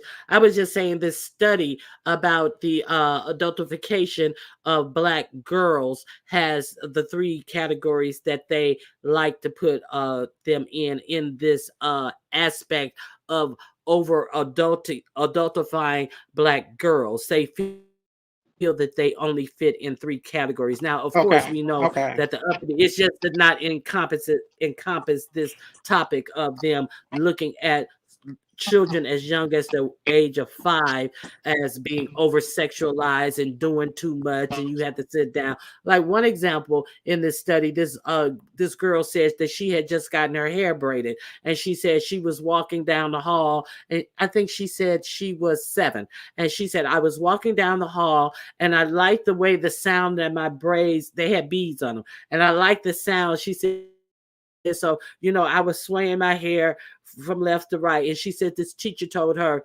stop walking like that. Don't nobody want to hear all that noise. And then she said, she said, now how much noise can bees make when somebody walk by you? I mean, bees ain't making it, ain't like beating a drum. And then she said it made her think, well, what's different from me swinging my hair than all these other people swinging their hair? She went to a predominantly white school, and she said that from then on it made her stifle herself to make sure she wasn't doing too much. So it's these subtle things that make young black girls feel insecure because of somebody else's bias that's put upon them, acting as if you just existing as a different person is just too much. Okay, what do you guys think about that?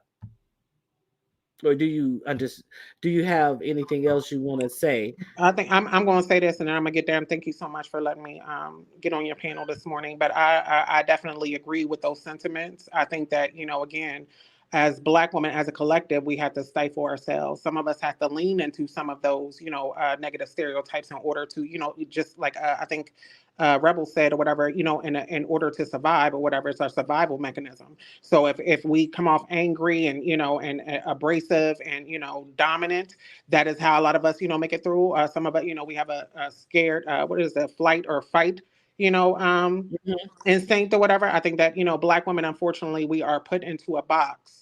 Depending on who is who's in our presence and who wants us to do, like, we are constantly being manipulated, our characteristics, the way we carry ourselves, the way we present ourselves. And I think the beauty of Black women in general is that the non-monolithic and the rainbow and vast cornucopia of differing degrees or whatever. I love me an angry ass Black woman. I love me a beautiful ass Black woman. I love me a ghetto ass Black woman. I think we all have something to bring to the table that completes that that will complete the table or whatever. Like, we have different days and different things that we go through or whatever, and I don't think it's fair to us to be put in a box or whatever, to act robotically, because no, I haven't seen yes, other races have their they do have stereotypes or whatever. However, I've never seen one followed so strictly and so mandated as the one that is put on the Black women. Like, they really want us to like contort ourselves into some sort of unknown, it's unfair. It is not right. And unfortunately, this is something that we're going to be working on, I'm pretty sure for the rest of our days. And hopefully by the time our children, this next generation, comes up, that there will be a lot more understanding and more equity and more equality, so that we are not put into those But that's my point. It seems like we're regressing instead of progressing. Like, I wasn't raised this way, and it seems like our even like the younger generation of women are more accepting of this type of disrespect and expecting, like, this is the norm. This is just how people are, because our Black men have become less protective of Black women. And, the first place of the most disrespect, we are getting it from our own men. And that is, I can't, argue with you. I can't, I don't have any, argument to go against that, because it does, in fact, seem that way. It does feel that way. But I also think that's with the infiltration of technology and a lot of very, what is it, men, and they're not so courageous, but they, will get online on the internet, on all these different apps, and say things that they would never in a million years, say to anybody else, like they would dare not say that, to a woman's face. Now, I'm not saying, when you're in your early 20s, before that frontal lobe is developed or whatever, up until the age of 25 or whatever, I do think that, folks are a lot more bold. But I would say that, seeing 40 and 30-year-old men on here, talking about what blaming their mothers for everything because their daddies wasn't there. And then also, like, and so I'm gonna blame you for my dad not wanting to stay in there. But also, I'm gonna blame you for, wanting to get an education, for wanting to elevate your family, for wanting to provide for your family. Like, we can't have it all the different ways. There's a lot of confusion. There's a lot of, a lot of lack of accountability.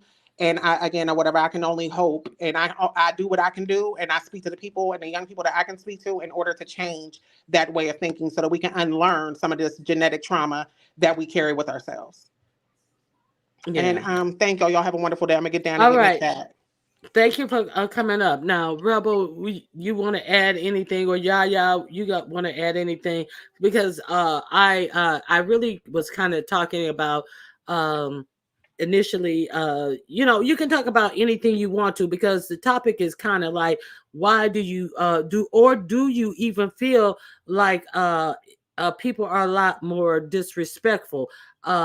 You may not feel that way. If you don't feel that way, you're more than welcome to hit the link as well. I, um yeah, yeah. Did you want to go first? No, boo. I want you to go first.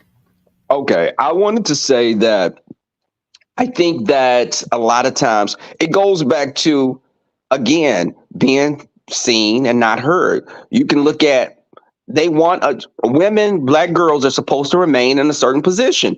And just going back to the Tom and Jerry cartoons when they had the black mammy on there, it was like they want you to remain. This is what we just expect for you to be. Nothing more than our caregivers. You can be our, tend to our children, but how dare you want a seat at our table? And the girl swinging her hair, it was like, you're doing too much. You want us to see you. Yeah, white girls can do it, but you're a black girl.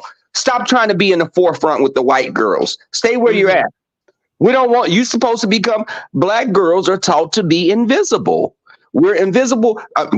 They're invisible, but a lot of, listen to black girls singing rap songs. You're rapping, and this man is calling you B's and H's and F and a B, and you like, yeah, that's my favorite rapper right there. Yeah, oh yeah. He's degrading you. This is not, they're talking about you like you're a piece of meat. And this is what you're talking about. You listen to somebody like the baby, the baby needed ass whooping, all of them. You're sitting up and you're promoting this that's looking at you in a negative. Women are put to a position of being just a piece of ass for men a lot of times. And that is what music has become today. There is nothing about love. It's all about, it's transactional.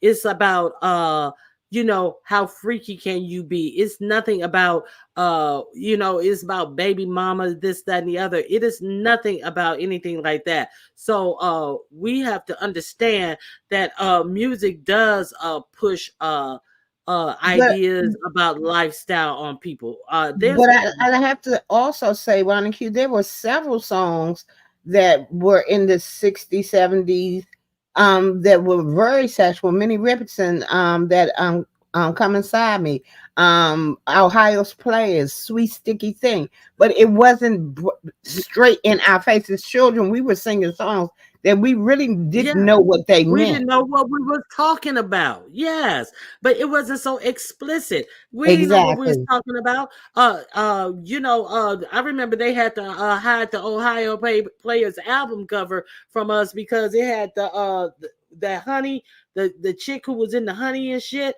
And I got that. Oh, no, I had that album. I know exactly what you're talking about. Exactly. Now, Nurse Noreen, many women disrespect each other. None of this is gender specific. Nurse Noreen, yes, it's gender specific because the way I encompass this conversation is gender specific. That's why it's gender specific, because that's how I'm having this conversation, and this is how I framed the conversation, Nurse Noreen. So, this other people do it too, both sides do it. It's not going to work over here. You sound like a Republican saying, well, the Democrats do the same thing. This is not the conversation, Nurse Noreen. So there's that. I don't have anything against you, but we're not going off on red herrings. We're talking about being disrespected by our men. Okay, so that's all I want to say about that. And you're welcome to hit the link, Nurse Noreen. Anybody's welcome to hit the link, because a lot of talk has been going around about, well, these people are from the manosphere and this, that, and the other. I don't know what a manosphere is. I just hear it like just ooh, the manosphere. Ooh. But I know some shit when I hear it. You know what I'm saying? I know some bullshit. I know when people trying to run games. I know when people get up and try to demean women, and you hear the nastiness in their tone and their voice when they speak to certain women, and then they try to allocate to these people who can continue to profile them on platforms in front of a lot of people so that they can then treat certain Black women this way. It's lunacy to me. So I this is why I'm talking about it, because several people may have peep game. A lot of people don't even understand. It's a whole lot of as long as it's not about meism in this sector of people. You can say whatever you want to anybody else. Well, I don't have no problem with it, because as long as they didn't say it about me. But if they don't say it about you and they have this attitude, do you think that you're not included in attitudes like that? Really, BTV, your device is not connected. I'll let you up as soon as your device connects. It really be. So this is why I'm having a conversation. So you guys can stretch out in this conversation and say whatever you want to say. She answered you. You may have missed her replies. Who? Really be? Who answered me? Nurse, Really be? no, Nurse Noreen. Noreen. Really be? Oh, you fell off, really be? Come back. Okay, even shit. Yeah, they even put I'll get to her. They even put Michelle Obama in the same category. People try to paint me as some angry Black woman. Is this damage control, or is this just trying to be the woman she is? She was, always having, Exactly, because you know she what I'm saying? was intelligent and she spoke her truth, and Mm-hmm. it becomes angry. You're the angry Black woman when you speak up and you know what you're talking about and you defend your point of view. Then you become the angry woman. You're Yeah, Or the you you don't know like you're what? angry. men. You're loud. Really be? I, c- I can hear you. I- uh, You going in You and out. breaking Keep up. talking. Keep talking. Let me make sure. Really be? that's me. Internet is Okay, I spotty hear you where I now. am, so I hear you now. no, it's probably me. My internet is spotty. You're fine. You're Yeah, fine now. What do it's you want to probably say? me. Can No, you hear I me better hear now? you. The I internet hear here you is Yes, janky. fine. You can't hear me. Can you hear me? Can y'all hear me? Yes, we hear you. Can you hear us? I think. Can Let me try to find a better Yeah, spot. find a better Let spot. me try to find a better spot. Okay. So I'm like, yeah, I hear you. Now what nurse Noreen said. Okay. Let me see what Nurse Noreen said. Nurse Noreen, no, it's not mute on you. This isn't about you. Oh my God. Nurse Noreen. What did Nurse Noreen say? God dang it, Yaya. I have a hard time finding. Here she I'm is. here. Okay. I'm gonna go back. I'm gonna find her one Nevertheless, second. it is not gender specific. Women have agency. Stop waiting on men. You are totally missing my point. No, I'm not missing your point. Your point is not the point I'm talking about. I know I have agency. I do not fall for the okie doke. I have been raised to know who I am, my strength, and my power. This is not about me. This is about a collective of our people. Hey, really B, can you hear me now? Yeah, I can hear you. Can you guys hear me now? Yeah, we hear you Yeah. fine. We heard you the first time, Okay. but you couldn't hear Oh, us. I couldn't hear y'all. Well, Yeah, sorry about that. Yeah, uh-huh. the Hey, internet here Go is Shoes. ahead. janky. Hey, what's up, Thank you for y'all? Hey, coming up. Rebel. Thank thank you for joining me. Now, what do you want to add to the Hey, conversation? So what I was saying, sometimes things don't translate well. I understand what you're saying about Black girls, and I agree to a certain extent what you're saying about how society tries to adult. I think somebody used the term adultize or something like that. Black girls, they do the same thing with Black boys. There was this, and I know I don't want to change the subject, but I'm just saying, as they see our kids, period, that way. There was a Hmm. study done about how a police officer, if he sees a 15-year-old Black boy in the 15-year-old white boy, that in their mind they add 3 years. So when they see 15, they really see 18. And so, unfortunately for Right. our kids, that's across the board. And I agree that our girls, but the point I was making about Amanda Seals is when I said I hear was not being said in that story. Amanda Mm-hmm. Seals, and I have to take her as an example because that's the example that was used. Amanda Seals Mm-hmm. is a liar. She's been proven to be a liar. She exaggerates situations. She's never the victim. She never did anything wrong. And when I hear that story as an educator, yes, on its face value, I'm not above reproach. I'm wrong. Listen, I tell my kids all the time, I don't know everything. I don't know everything. I don't get everything right. And with Google being what it is, the kids can Google stuff in real time and tell me, oh no, the year was such and such and such and such instead of such and such. I'm a history teacher. And so what I hear isn't her just correcting the teacher. See, there's not what you do, it's how you do things. Yes, you can correct me, but I'm still the authority in this room. I'm still the adult in this room. And you're not going to do it in a disrespectful way. And I know that some people may not agree with that, and that's fine. But at the end of the day, I'm in charge of teaching 30 to 35 kids at one time. I have to maintain my authority in this room, or they end up becoming in charge. So yes, you can correct me. And no, I'm not perfect and I'm going to make mistakes, but it's the way in which you do it. And so I think that for me, that's what I heard in that. I didn't hear that she was just correcting that teacher. I heard that she was being just, she just kept going and kept going and kept going. So Okay. that's why that's why I say with Amanda Seals, when I hear her tell the story, I take it with a grain of salt because I know that she tends to inflate and she tends to never be the victim. But Okay. the But overall point you're making, there are I Amanda find valid. Seals out here though, really, but you do have to understand there are some people you just can't. You're open to being corrected, but there are teachers out here that aren't.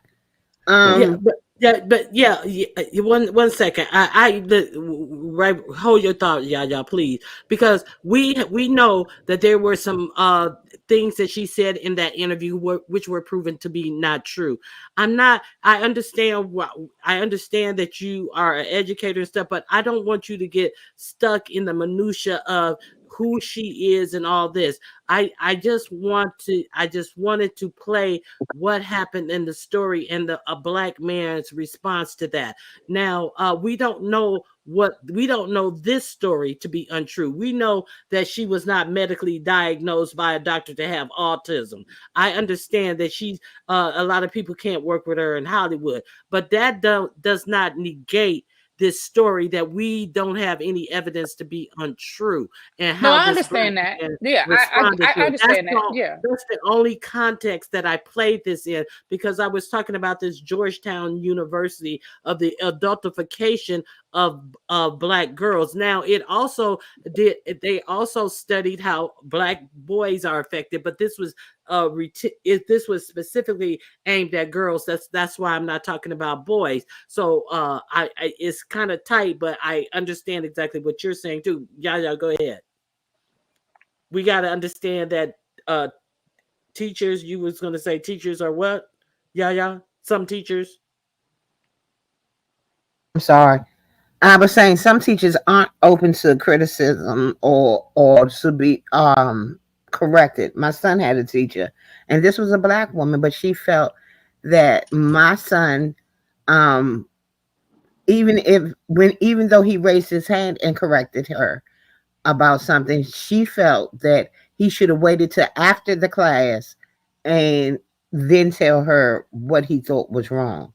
And it wasn't, she said he wasn't disrespectful, but he took her, he diminished her knowledge on the situation in front of the class. So, in other words, she was telling me that my son embarrassed her by telling her the correct answer. So, I mean, and all year we had a problem. Every conference I ever had through high school was about this one particular teacher. Yeah, So it was, listen, I'm not Really listen. Yeah. How long have you been in here? How long have I been in the room? In this chat? I've been in and out because I was, like I said, I was driving to work listening, but I was in and out, so I missed some of it. I missed some of it. Yeah. Okay, so do you have approximately 2 minutes? Yeah, I got 2 minutes. Yeah. Okay, let me do this for you real quick. Okay, let me remove this. Okay, I'm gonna share my screen first. Okay, I just want you. This is what I'm talking about. This it's real tight. You hear it at Here, all? it's low. Yeah. So that's what I was talking about. Yeah, So and that's what I'm saying. I don't disagree. I didn't mhm, disagree with that part at all. I just felt like mhm, that particular example, for me, just for me, I can't speak, I know other people didn't have a problem with it, but just for me, uh-huh. I was like, yeah, no. But I agree with what you're saying when it comes to the adultification of our Black girls. I agree with that. And Okay. I don't teach in a school. I've never taught in a school that was predominantly white. I've always taught in a inner city school or urban school. So I've always had majority Black, and now I'm getting more brown kids. But yeah, so I can't say it's been my experience to see the comparison, but I believe it. I believe it. I believe it to be valid. Um, so yeah, I don't disagree with that point of view at all. Like I said, it was two for me. It was two different issues, I guess. Yeah, yeah, yeah. I understand. Yeah, I just didn't want you to get. I just wanted to, have the conversation about the Yeah. conversation. Now, my main point of the conversation is like I know when I was younger, it was instilled in me. Don't let nobody. My mama instilled in me. You are just as good as anybody else. Don't let nobody talk crazy to you. Don't let nobody try to put you down. And Mm-hmm. it was instilled in me. I grew up in Mm-hmm. the era of I'm Black and I'm proud, and it was nothing about me that I felt uncomfortable with. And my mom and my father, really instilled that you're as good as anyone else, you're as smart as anyone else, we're proud of you, and all Mm-hmm. that type of stuff. But a lot of children don't have that even in parents today. And then so my other point was, we don't have that in Black men wouldn't let Black young girls, in my growing up years, be treated a certain kind of way. But now they are the perpetrators of most of the mistreatment of Black women, be it in their actions, be it in their words, be it in their what did they call it when you divesting from Black women and all of this type of stuff. So that was my greater Mm-hmm. conversation. Yeah, like I said, when it comes to that, I don't disagree. Um, but we could take that in we could have a whole different conversation about because I have a point of view that's gonna probably piss everybody off, and that's okay. I love y'all anyway. You're breaking. As We somebody love that you works too. in a You're breaking school, up a and like I little said, I bit. work in a majority Black environment. Go ahead. How Try do I say again. this? Because I don't want to go left, because I don't want to go left, but we could have a different conversation, Ronnie Q, about it. I think that part of my issue, I'm gonna speak for me, part of my issue is that adults, the parents, are not teaching their Black girls to have that respect. I agree. Because we are allowing our kids, the boys too, but since we're talking about girls, I'll keep it on the girls. We are lowering the bar, and we are allowing our kids to not reach a higher standard. And so that's two separate issues, and I don't want to conflate them. And that's why I said we could have a whole different conversation about that. But yeah, that's what I see. I But we have agree. touched on that in this conversation. Yeah. Yeah. Hmm Yeah. Yeah. We Okay. definitely touched upon that. Okay, well, I'll Yeah. say that. Then I So got to drop down because I'm at look. I am at work. I don't have a class right now, but that's why I'm in a bad area. But so when I say what I'm talking about, what I see, I'm working in a school, right? I work at a high school. I see our Black girls, right, coming to school. They act grown. They feel as though they're grown, and they're allowed to be that way in their home. They wear the clothes that are inappropriate, clothes that we would never be allowed to wear when we were in high school, right? They wear bonnets to school and don't think it's a problem. Hell, some of them wear slippers up in here, and they don't understand why that's not appropriate. They're allowed to use profanity. They're allowed to talk any kind of way. And when you try to call the parent to talk to the parent about it, the parent defends it. The parent doesn't see anything wrong with it. So, like I said, that's a different issue. I know that's a different issue. But so for me, yes, society, adults. I keep messing up that word, but society puts our Black girls on an adult level, but we do too. Let me ask you a question. Okay, when you call these parents, are you primarily talking about mothers and fathers, or just mothers? Whoever I can get on the phone, because sometimes I can't get nobody on the phone. But when it's whoever I can get. No. I want to be specific to, or maybe the mothers are in the same mindset, are getting the same treatment. I'm just saying, I'm trying to say, is shit running downhill because the mother is being treated that same way as well? And you're primarily talking to a mother who doesn't even see the value in herself? I don't know. I mean, that's a good question. I would have to really think on that because I don't know.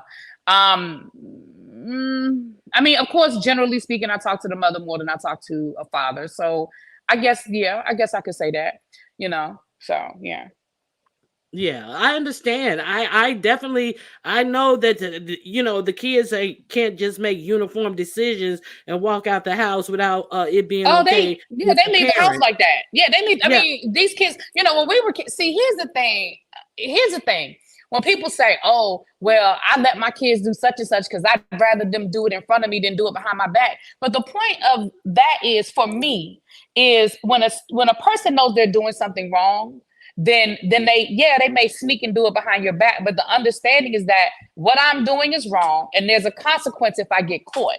When you allow your child to do it, then what you're telling that child is there's nothing wrong with what they're doing. So I'm going to use an example. Yes, a lot of us, Yaya said she went to private school. I went to private school my whole life too. We wore uniforms. And yes, when I left the house, my skirt touched my knee, but it ain't touched my knee by the time I got to school. It was mid-thigh by the time I got to Union Station. Okay, but trust and believe, by the time I got home, that skirt was back at my knee. And if my mama had seen me or my daddy had seen me, it was going to be another conversation because I knew that what I was doing was breaking a rule and I understood there was a consequence. But when you allow your kids to smoke weed, to get tattoos, to cuss in front of you, to, do all of these things that we say, well, I'd rather them do it in front of me than do it behind my back, then with the message that you're sending is they're not doing anything wrong. So when somebody corrects them, so you know what I mean? So then when somebody corrects them, then they're pushing back at you and they talking to you crazy as an authority figure because their parent told them they're not doing anything wrong. And as a teacher in a classroom, like I said, when you send your child to school, I am responsible for your child's safety for those 8 hours that they are with me. And God forbid something happened to your child, y'all will be ready to sue, y'all will be ready to come up here and fight. But you have put me in a dangerous position because what you have done is taken away my authority. And I don't think people see it from that perspective. You call your kids in the middle of class, but the rule is they can't have their cell phones. So now you've put me in a position to tell a child, no, you can't talk to your mother. Of course, I'm not going to tell a child that. But what you've done is told your child that the rules don't apply. The rules don't matter. Can I add something to that? I wanted to, can y'all hear me? Yeah, go ahead. Okay. I wanted to add that I agree with really BTV. My family had a party some years ago and my cousin let her daughter come to the party. And I felt it was inappropriate because I was like, wait, hold up. Y'all have strippers here and you want it was her granddaughter. Your granddaughter is here at 14 watching this male stripper come out of, and I said, no, I told my aunt, I said, are you gonna let her sit here while this stripper? And she was like, her mama don't have no problem with it, but you have someone else's child here. Her good girlfriend is with her. I said, I would be pissed if my daughter went somewhere and you let her watch a stripper with your daughter. And I felt that was so inappropriate. And because you're like, well, it's okay, he just dancing. I'm like, no, He's pulling his penis out and he is dancing for grown people. Why? Those children shouldn't have even been there. They should have been somewhere else, or you should have made them go into a room because it was so inappropriate. I felt so uncomfortable because I felt like, well, you letting Was your it your daughter lets party? her child do it, so you're gonna if you let your child do it, okay. But someone, her friend at the time was 14 as well. You're letting her watch the stripper, and I just felt that mindset that we support crap like that. And I think a lot of times it's a social economic thing as well, because sometimes people in lower incomes, they I've observed this in my experience that sometimes poor people, let's just say it like that, people that are poor, sometimes they have other issues that they're worried about. They're trying to pay bills, but they don't focus on building that child up with some type of a morality, or just it's I'm just it was sorry. it I'm was sorry. unacceptable. I have got to stop. Well, first of all, let me ask you: was this your party? No, Oh, okay. Because had it been my party, the lady that bought them would have left with them because no, what you're it not going Exactly. to wasn't. do. Yeah. It was just I felt, And and then it was even secondly, smoking weed in front of this mother would smoke weed in front of her kids, and her Mm-mm. and the daughter don't even have a relationship now because the daughter's going to get her master's as a nurse anesthetist, and she looks at her mother like, I don't ever want to be like that. She let men come along and control her. It's like she has a closer relationship with us than her mother, because she was like, my mama too. She's ratchet. She do your daughter throwing purple hair on her head, twerking in the club. Your mama twerking, 50 years old. She twerking with your friends in the club. What the Well, hell? thank Mhm. God. Thank God for you guys, being a positive influence on her, because that's fabulous what she's doing. You know, kudos. Good thing that you didn't cut Mama off, because it seems like you saved uh the daughter from a life of ratchetness as well. but It was a lot. have It was the family. I just have to say that there have been many instances, and I don't want to say people that are in a lower income have no morals, because I know several whose their parents are much more stricter because they live in they have to live in the neighborhood and in the things that they have to go through just to get home. So I'm not going to say just because they have, these are just people with low morals. I Yeah, agree with you. Yeah, because I want to correct myself with that, because my mother, for many years, was a single mother, and we were low income mother. My mother got food stamps, everything, and I knew, but she did. Yeah, correcting myself. You're totally right with that, because I knew I wanted better for myself. My sister has been with her husband since they finished high school. All of my nephews and nieces are in college, going for bachelor's and master's degrees, and we would be considered the throwaways. So yes, you're right with that. yeah, and I And was gonna and, say, and like, oh, go ahead, Veronica. go ahead, go ahead, go ahead. No, I was just gonna say, I understood the point that Rebel was making, but yeah, I agree, because again, at my school, because we have certain programs here, we have kids from all over the district where I work, and some of them come from $1 million homes, and they come, and you know what they do? They get out the car with the scarf on their head and the slippers on their feet and the tattoos on their arm and the piercing. You know what I mean? So I agree. I think it's just about where you are and what your Right. mentality is. Like I said, this could be a whole another conversation. Ronnie Q, thank you for letting me up. I do have to go. I appreciate the conversation. I always appreciate that you bring these different perspectives. Yaya and Rebel, thank you guys. And I'm gonna drop down and I will talk to y'all later. All All right, right. I Have a Okay. good one. enjoyed you. Thank you. All Hey, right, yeah. Now, Cruiser was right as well. I agree as well. 'Cause I'm driving, y'all, so mhm. it's yeah, it is true, because rich kids do sometimes get away because the parents have money and they just buy Lord, their they're gonna make me kids. get off.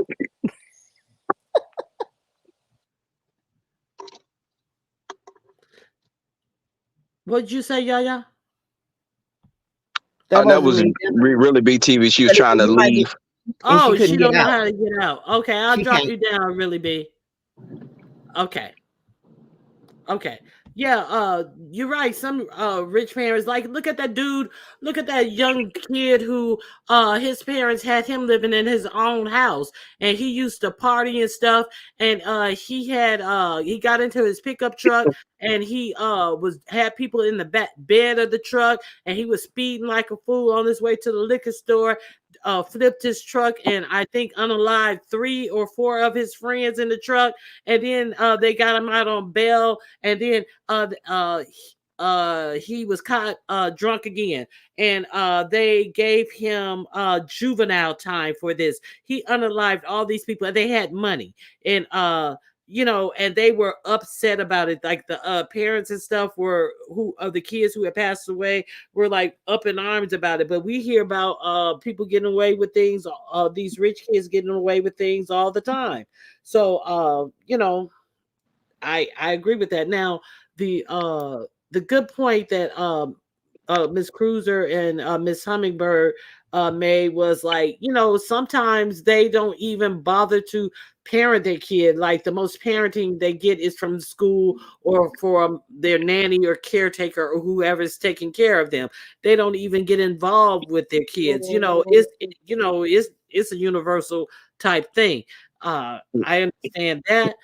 We're That's just a broader conversation. Anybody is able to hit the link and come up and discuss this, because I don't know how long a lot of you guys have been their moms, and their mamas are popping pills and putting their children on medication. Yes, they are. Okay, so My neighbor's a Ronnie Q. My neighbor is a millionaire. He has his construction company, but his son, he had the money to get his son out of trouble. His son would have been locked up for many years, but this man shelled out the money, got a really good lawyer, had that kid do some community service, and he's free right now. If that was John from the neighborhood, John would have been locked up for the next 20 years. of course, of course. I'm gonna get off of here. Ronnie Q, thank you for having me. I've gotten here to the park. Baby, you got me through this whole morning. I was getting ready. I was cooking my breakfast. So thank you for opening up your channel for this kind of conversations, because we need more of these conversations. I do something at my house that I'm doing next week. It's called Cocktails and Conversations. And you've given me some conversations to put into the group, because it'd be like about 10 of us at my house. And we're just talking about things, and I want to bring up this about the women, and I want to know about a lot of, how are black girls treated differently, and are you expected to excel more than your male counterparts? So I'm going to put this into the conversation, and I'm going to listen in the bushes while you can finish. Thank you for having me again. And Yaya, it's always a pleasure. Always, I always. appreciate you for coming up, Rebel. It's always good to talk to you. You're more than welcome anytime, anytime. Thank And you. let me say this one thing. Yeah, girl, you came on here and you drug for 20 minutes and I hollered the whole time. All Did right, you y'all. know? Baby, let loose. All right, bye, y'all. All Bye right, bye. bye, Rebel. Oh man. So yeah, anything else any final words, Yaya, or anything you No, think I I just missed? wanted. No, no, you didn't miss anything. We hit a lot of great points and discussed a lot of things. I really enjoy having conversations like this. I Just do to as see well. where other people are, what other people are thinking, and where they came from. It tells us a whole lot, and also opens people's eyes to seeing what's going on. Some of us are have our heads in a hole, and I just thank you for these type of conversations. And I'll I enjoy see having you in them. the streets. All right, Thank I'll you, see Johnny you in Q. the streets as well. Was it Aisha? I think it was Yeah, Aisha who came yeah. up.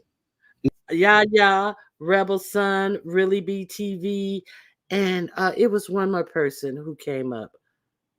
Oh my goodness. Oh my goodness. Was that it? I think it was one more person who came up. Okay, I appreciate everyone who came up. I appreciate all you guys in the comments section for putting your comments up and adding your input to this conversation. And yeah, so I'm 21, but raised by the guidance of the Holy Scripture by my dad. The results, I'm a virgin and will finish my freshman year in college this year. Congratulations, congratulations. Keep up the good work. That is a blessing. Okay. Yes, thank you. Okay. Uh Ronnie Q always brings thought provoking. Thank you, beans and cornbread. I try, because I just feel that it's a need to understand. We already know that there are people from all walks of life on YouTube, and I just I don't like the direction of the uh people who come on here and talk to women disrespectfully, women who are old enough to be their mothers, and act like it's a thing, like that's the thing to do. No, that's not the thing to do. Everyone was not raised that way. Everyone doesn't think that that is something that they deserve. And the fact of the matter is, when a lot of these people come on here now, yeah, Ronnie, you're a hypocrite. Yes, I'm a hypocrite. The bitches I say who are bitches are still bitches. Like I said yesterday, I am talking about specific types of things that are made to be okay, that I've been hearing recently. And so these are the things that I'm talking about. um yeah. uh Nurse Noreen brought up earlier, women talk about women just as bad, and things like that. But that wasn't the conversation that I was having, because beefing is different than beating down on someone because you really think that they're inferior. If you're fighting and beefing and you're just tongue lashing, that's something different. I'm not trying to exert myself over someone as if I'm more important. I'm fighting with somebody. That's what I'm doing. I'm not trying to exert any type of authority over somebody or make somebody feel like their station in life is assigned to a lower position than mine. That's my whole reason for having this conversation. The beef sector is going to be the beef sector. I may or may not continue to curse people out. More than likely, I may. But this is the conversation that I wanted to have today. So okay, okay. It was the point I was making. It was Jermaine. Wait a minute. Let me see. Okay. Yeah, I get you. I get you. Good morning, naturally Lex Diva. Yeah, so I just was trying to tighten up the conversation. I had a specific topic, and it kind of went back to the adultification of black children, and to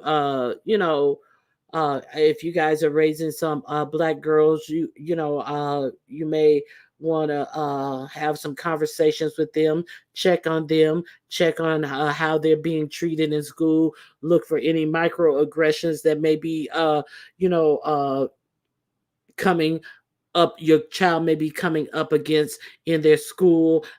Just like that 13-year-old, I did a story the other day about the 13-year-old girl who had reported to her principal that somebody, a new student, had been threatening her all day at school and threatening to fight her, and then they did absolutely nothing about it. She got on the school bus. She got beat up by the girl, and then she felt a second person. The second person was the girl's mother, who had boarded the school bus and put her in a chokehold, and her daughter was beating up this 13-year-old. And the school bus driver stood there and did absolutely nothing. He was not of their race. Let's put it that way. Did absolutely nothing. And then as he did his route, he dropped the beat up young girl off at her bus stop. And then the mother and daughter duo had followed the school bus and then began to beat this 13-year-old girl up again. I think I saw three people who were beating her, stomping her in the head. And what did the school bus driver do this time? He pulled his bus off and continued on his bus route. So, you have to understand that nobody is out there looking to protect young black girls, as you know. So this is the conversation that I wanted to have, and let's not act like I'm not going to act like I don't see what I see, and I'm going to talk on it. I hope you guys got something out of this conversation today, and yeah, that's all I have. Yeah, I did it on I AKD. I think I did it either yesterday or the day before yesterday. I talked about that story and showed a couple of clips and stuff from that story. So I dropped the link. I dropped the links for that last video that I played where you couldn't hear it so well, and I dropped. I always drop my link. Let me see if I can find that video.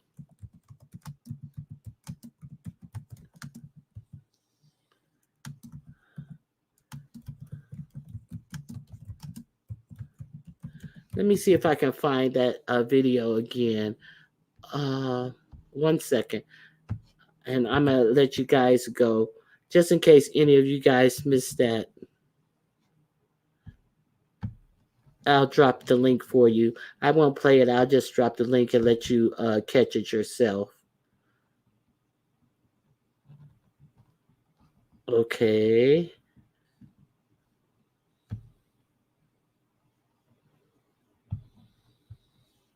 Okay, I found it.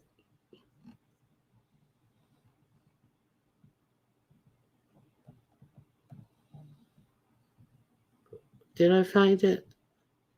No, I can't find it.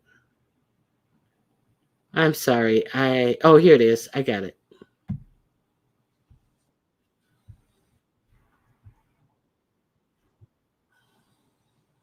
Okay, I'm gonna drop the link about the 13-year-old girl, and you can watch it for yourself. All right, and is there anything else? Okay, if you're a member, thank you for being a member. I thank all my mods for being here. Here's the story about the 13-year-old girl who was beaten up by uh, a mother of a new school student at the school, and yeah, we're gonna have our perfect pet competition June 8th. There's two competitions in this one contest. June 8th is at noon Pacific Standard Time. It's at 2 p.m. Central Time. It's at 3 p.m. Eastern Standard Time, June 8th. That is on a Sunday. We're going to have an obedience portion where one person will walk away with the prize pot. Winner takes all. And we're going to have a pregame competition, which is the beauty portion of the pet show. Just bring your pet and show us your pet, how beautiful your pet is. Talk to us a little bit about your pet, and it's open to any type of pet. The beauty competition is strictly a beauty competition. The obedience competition, you have to give your pet 3 commands, and they must perform those commands. If you have a pet that does not do verbal commands, if you can set up an obstacle course and they can get through 3 obstacles, they will be judged on that. We don't care what type of pet it is, as long as it's your pet and it can complete the contest. Also, if you're a member, get to me. I will send out you a free keychain if you choose to get one. And I really thank you guys for coming with me, sticking in here, and hearing us talk about things, other including the beef, but other than just strictly beef. I really appreciate you guys for your support. Please hit the like button on your way out, and I'm sure I will see some of you on the YouTube streets as the day goes on. All right. Thanks a lot. Have a great one. Bye bye.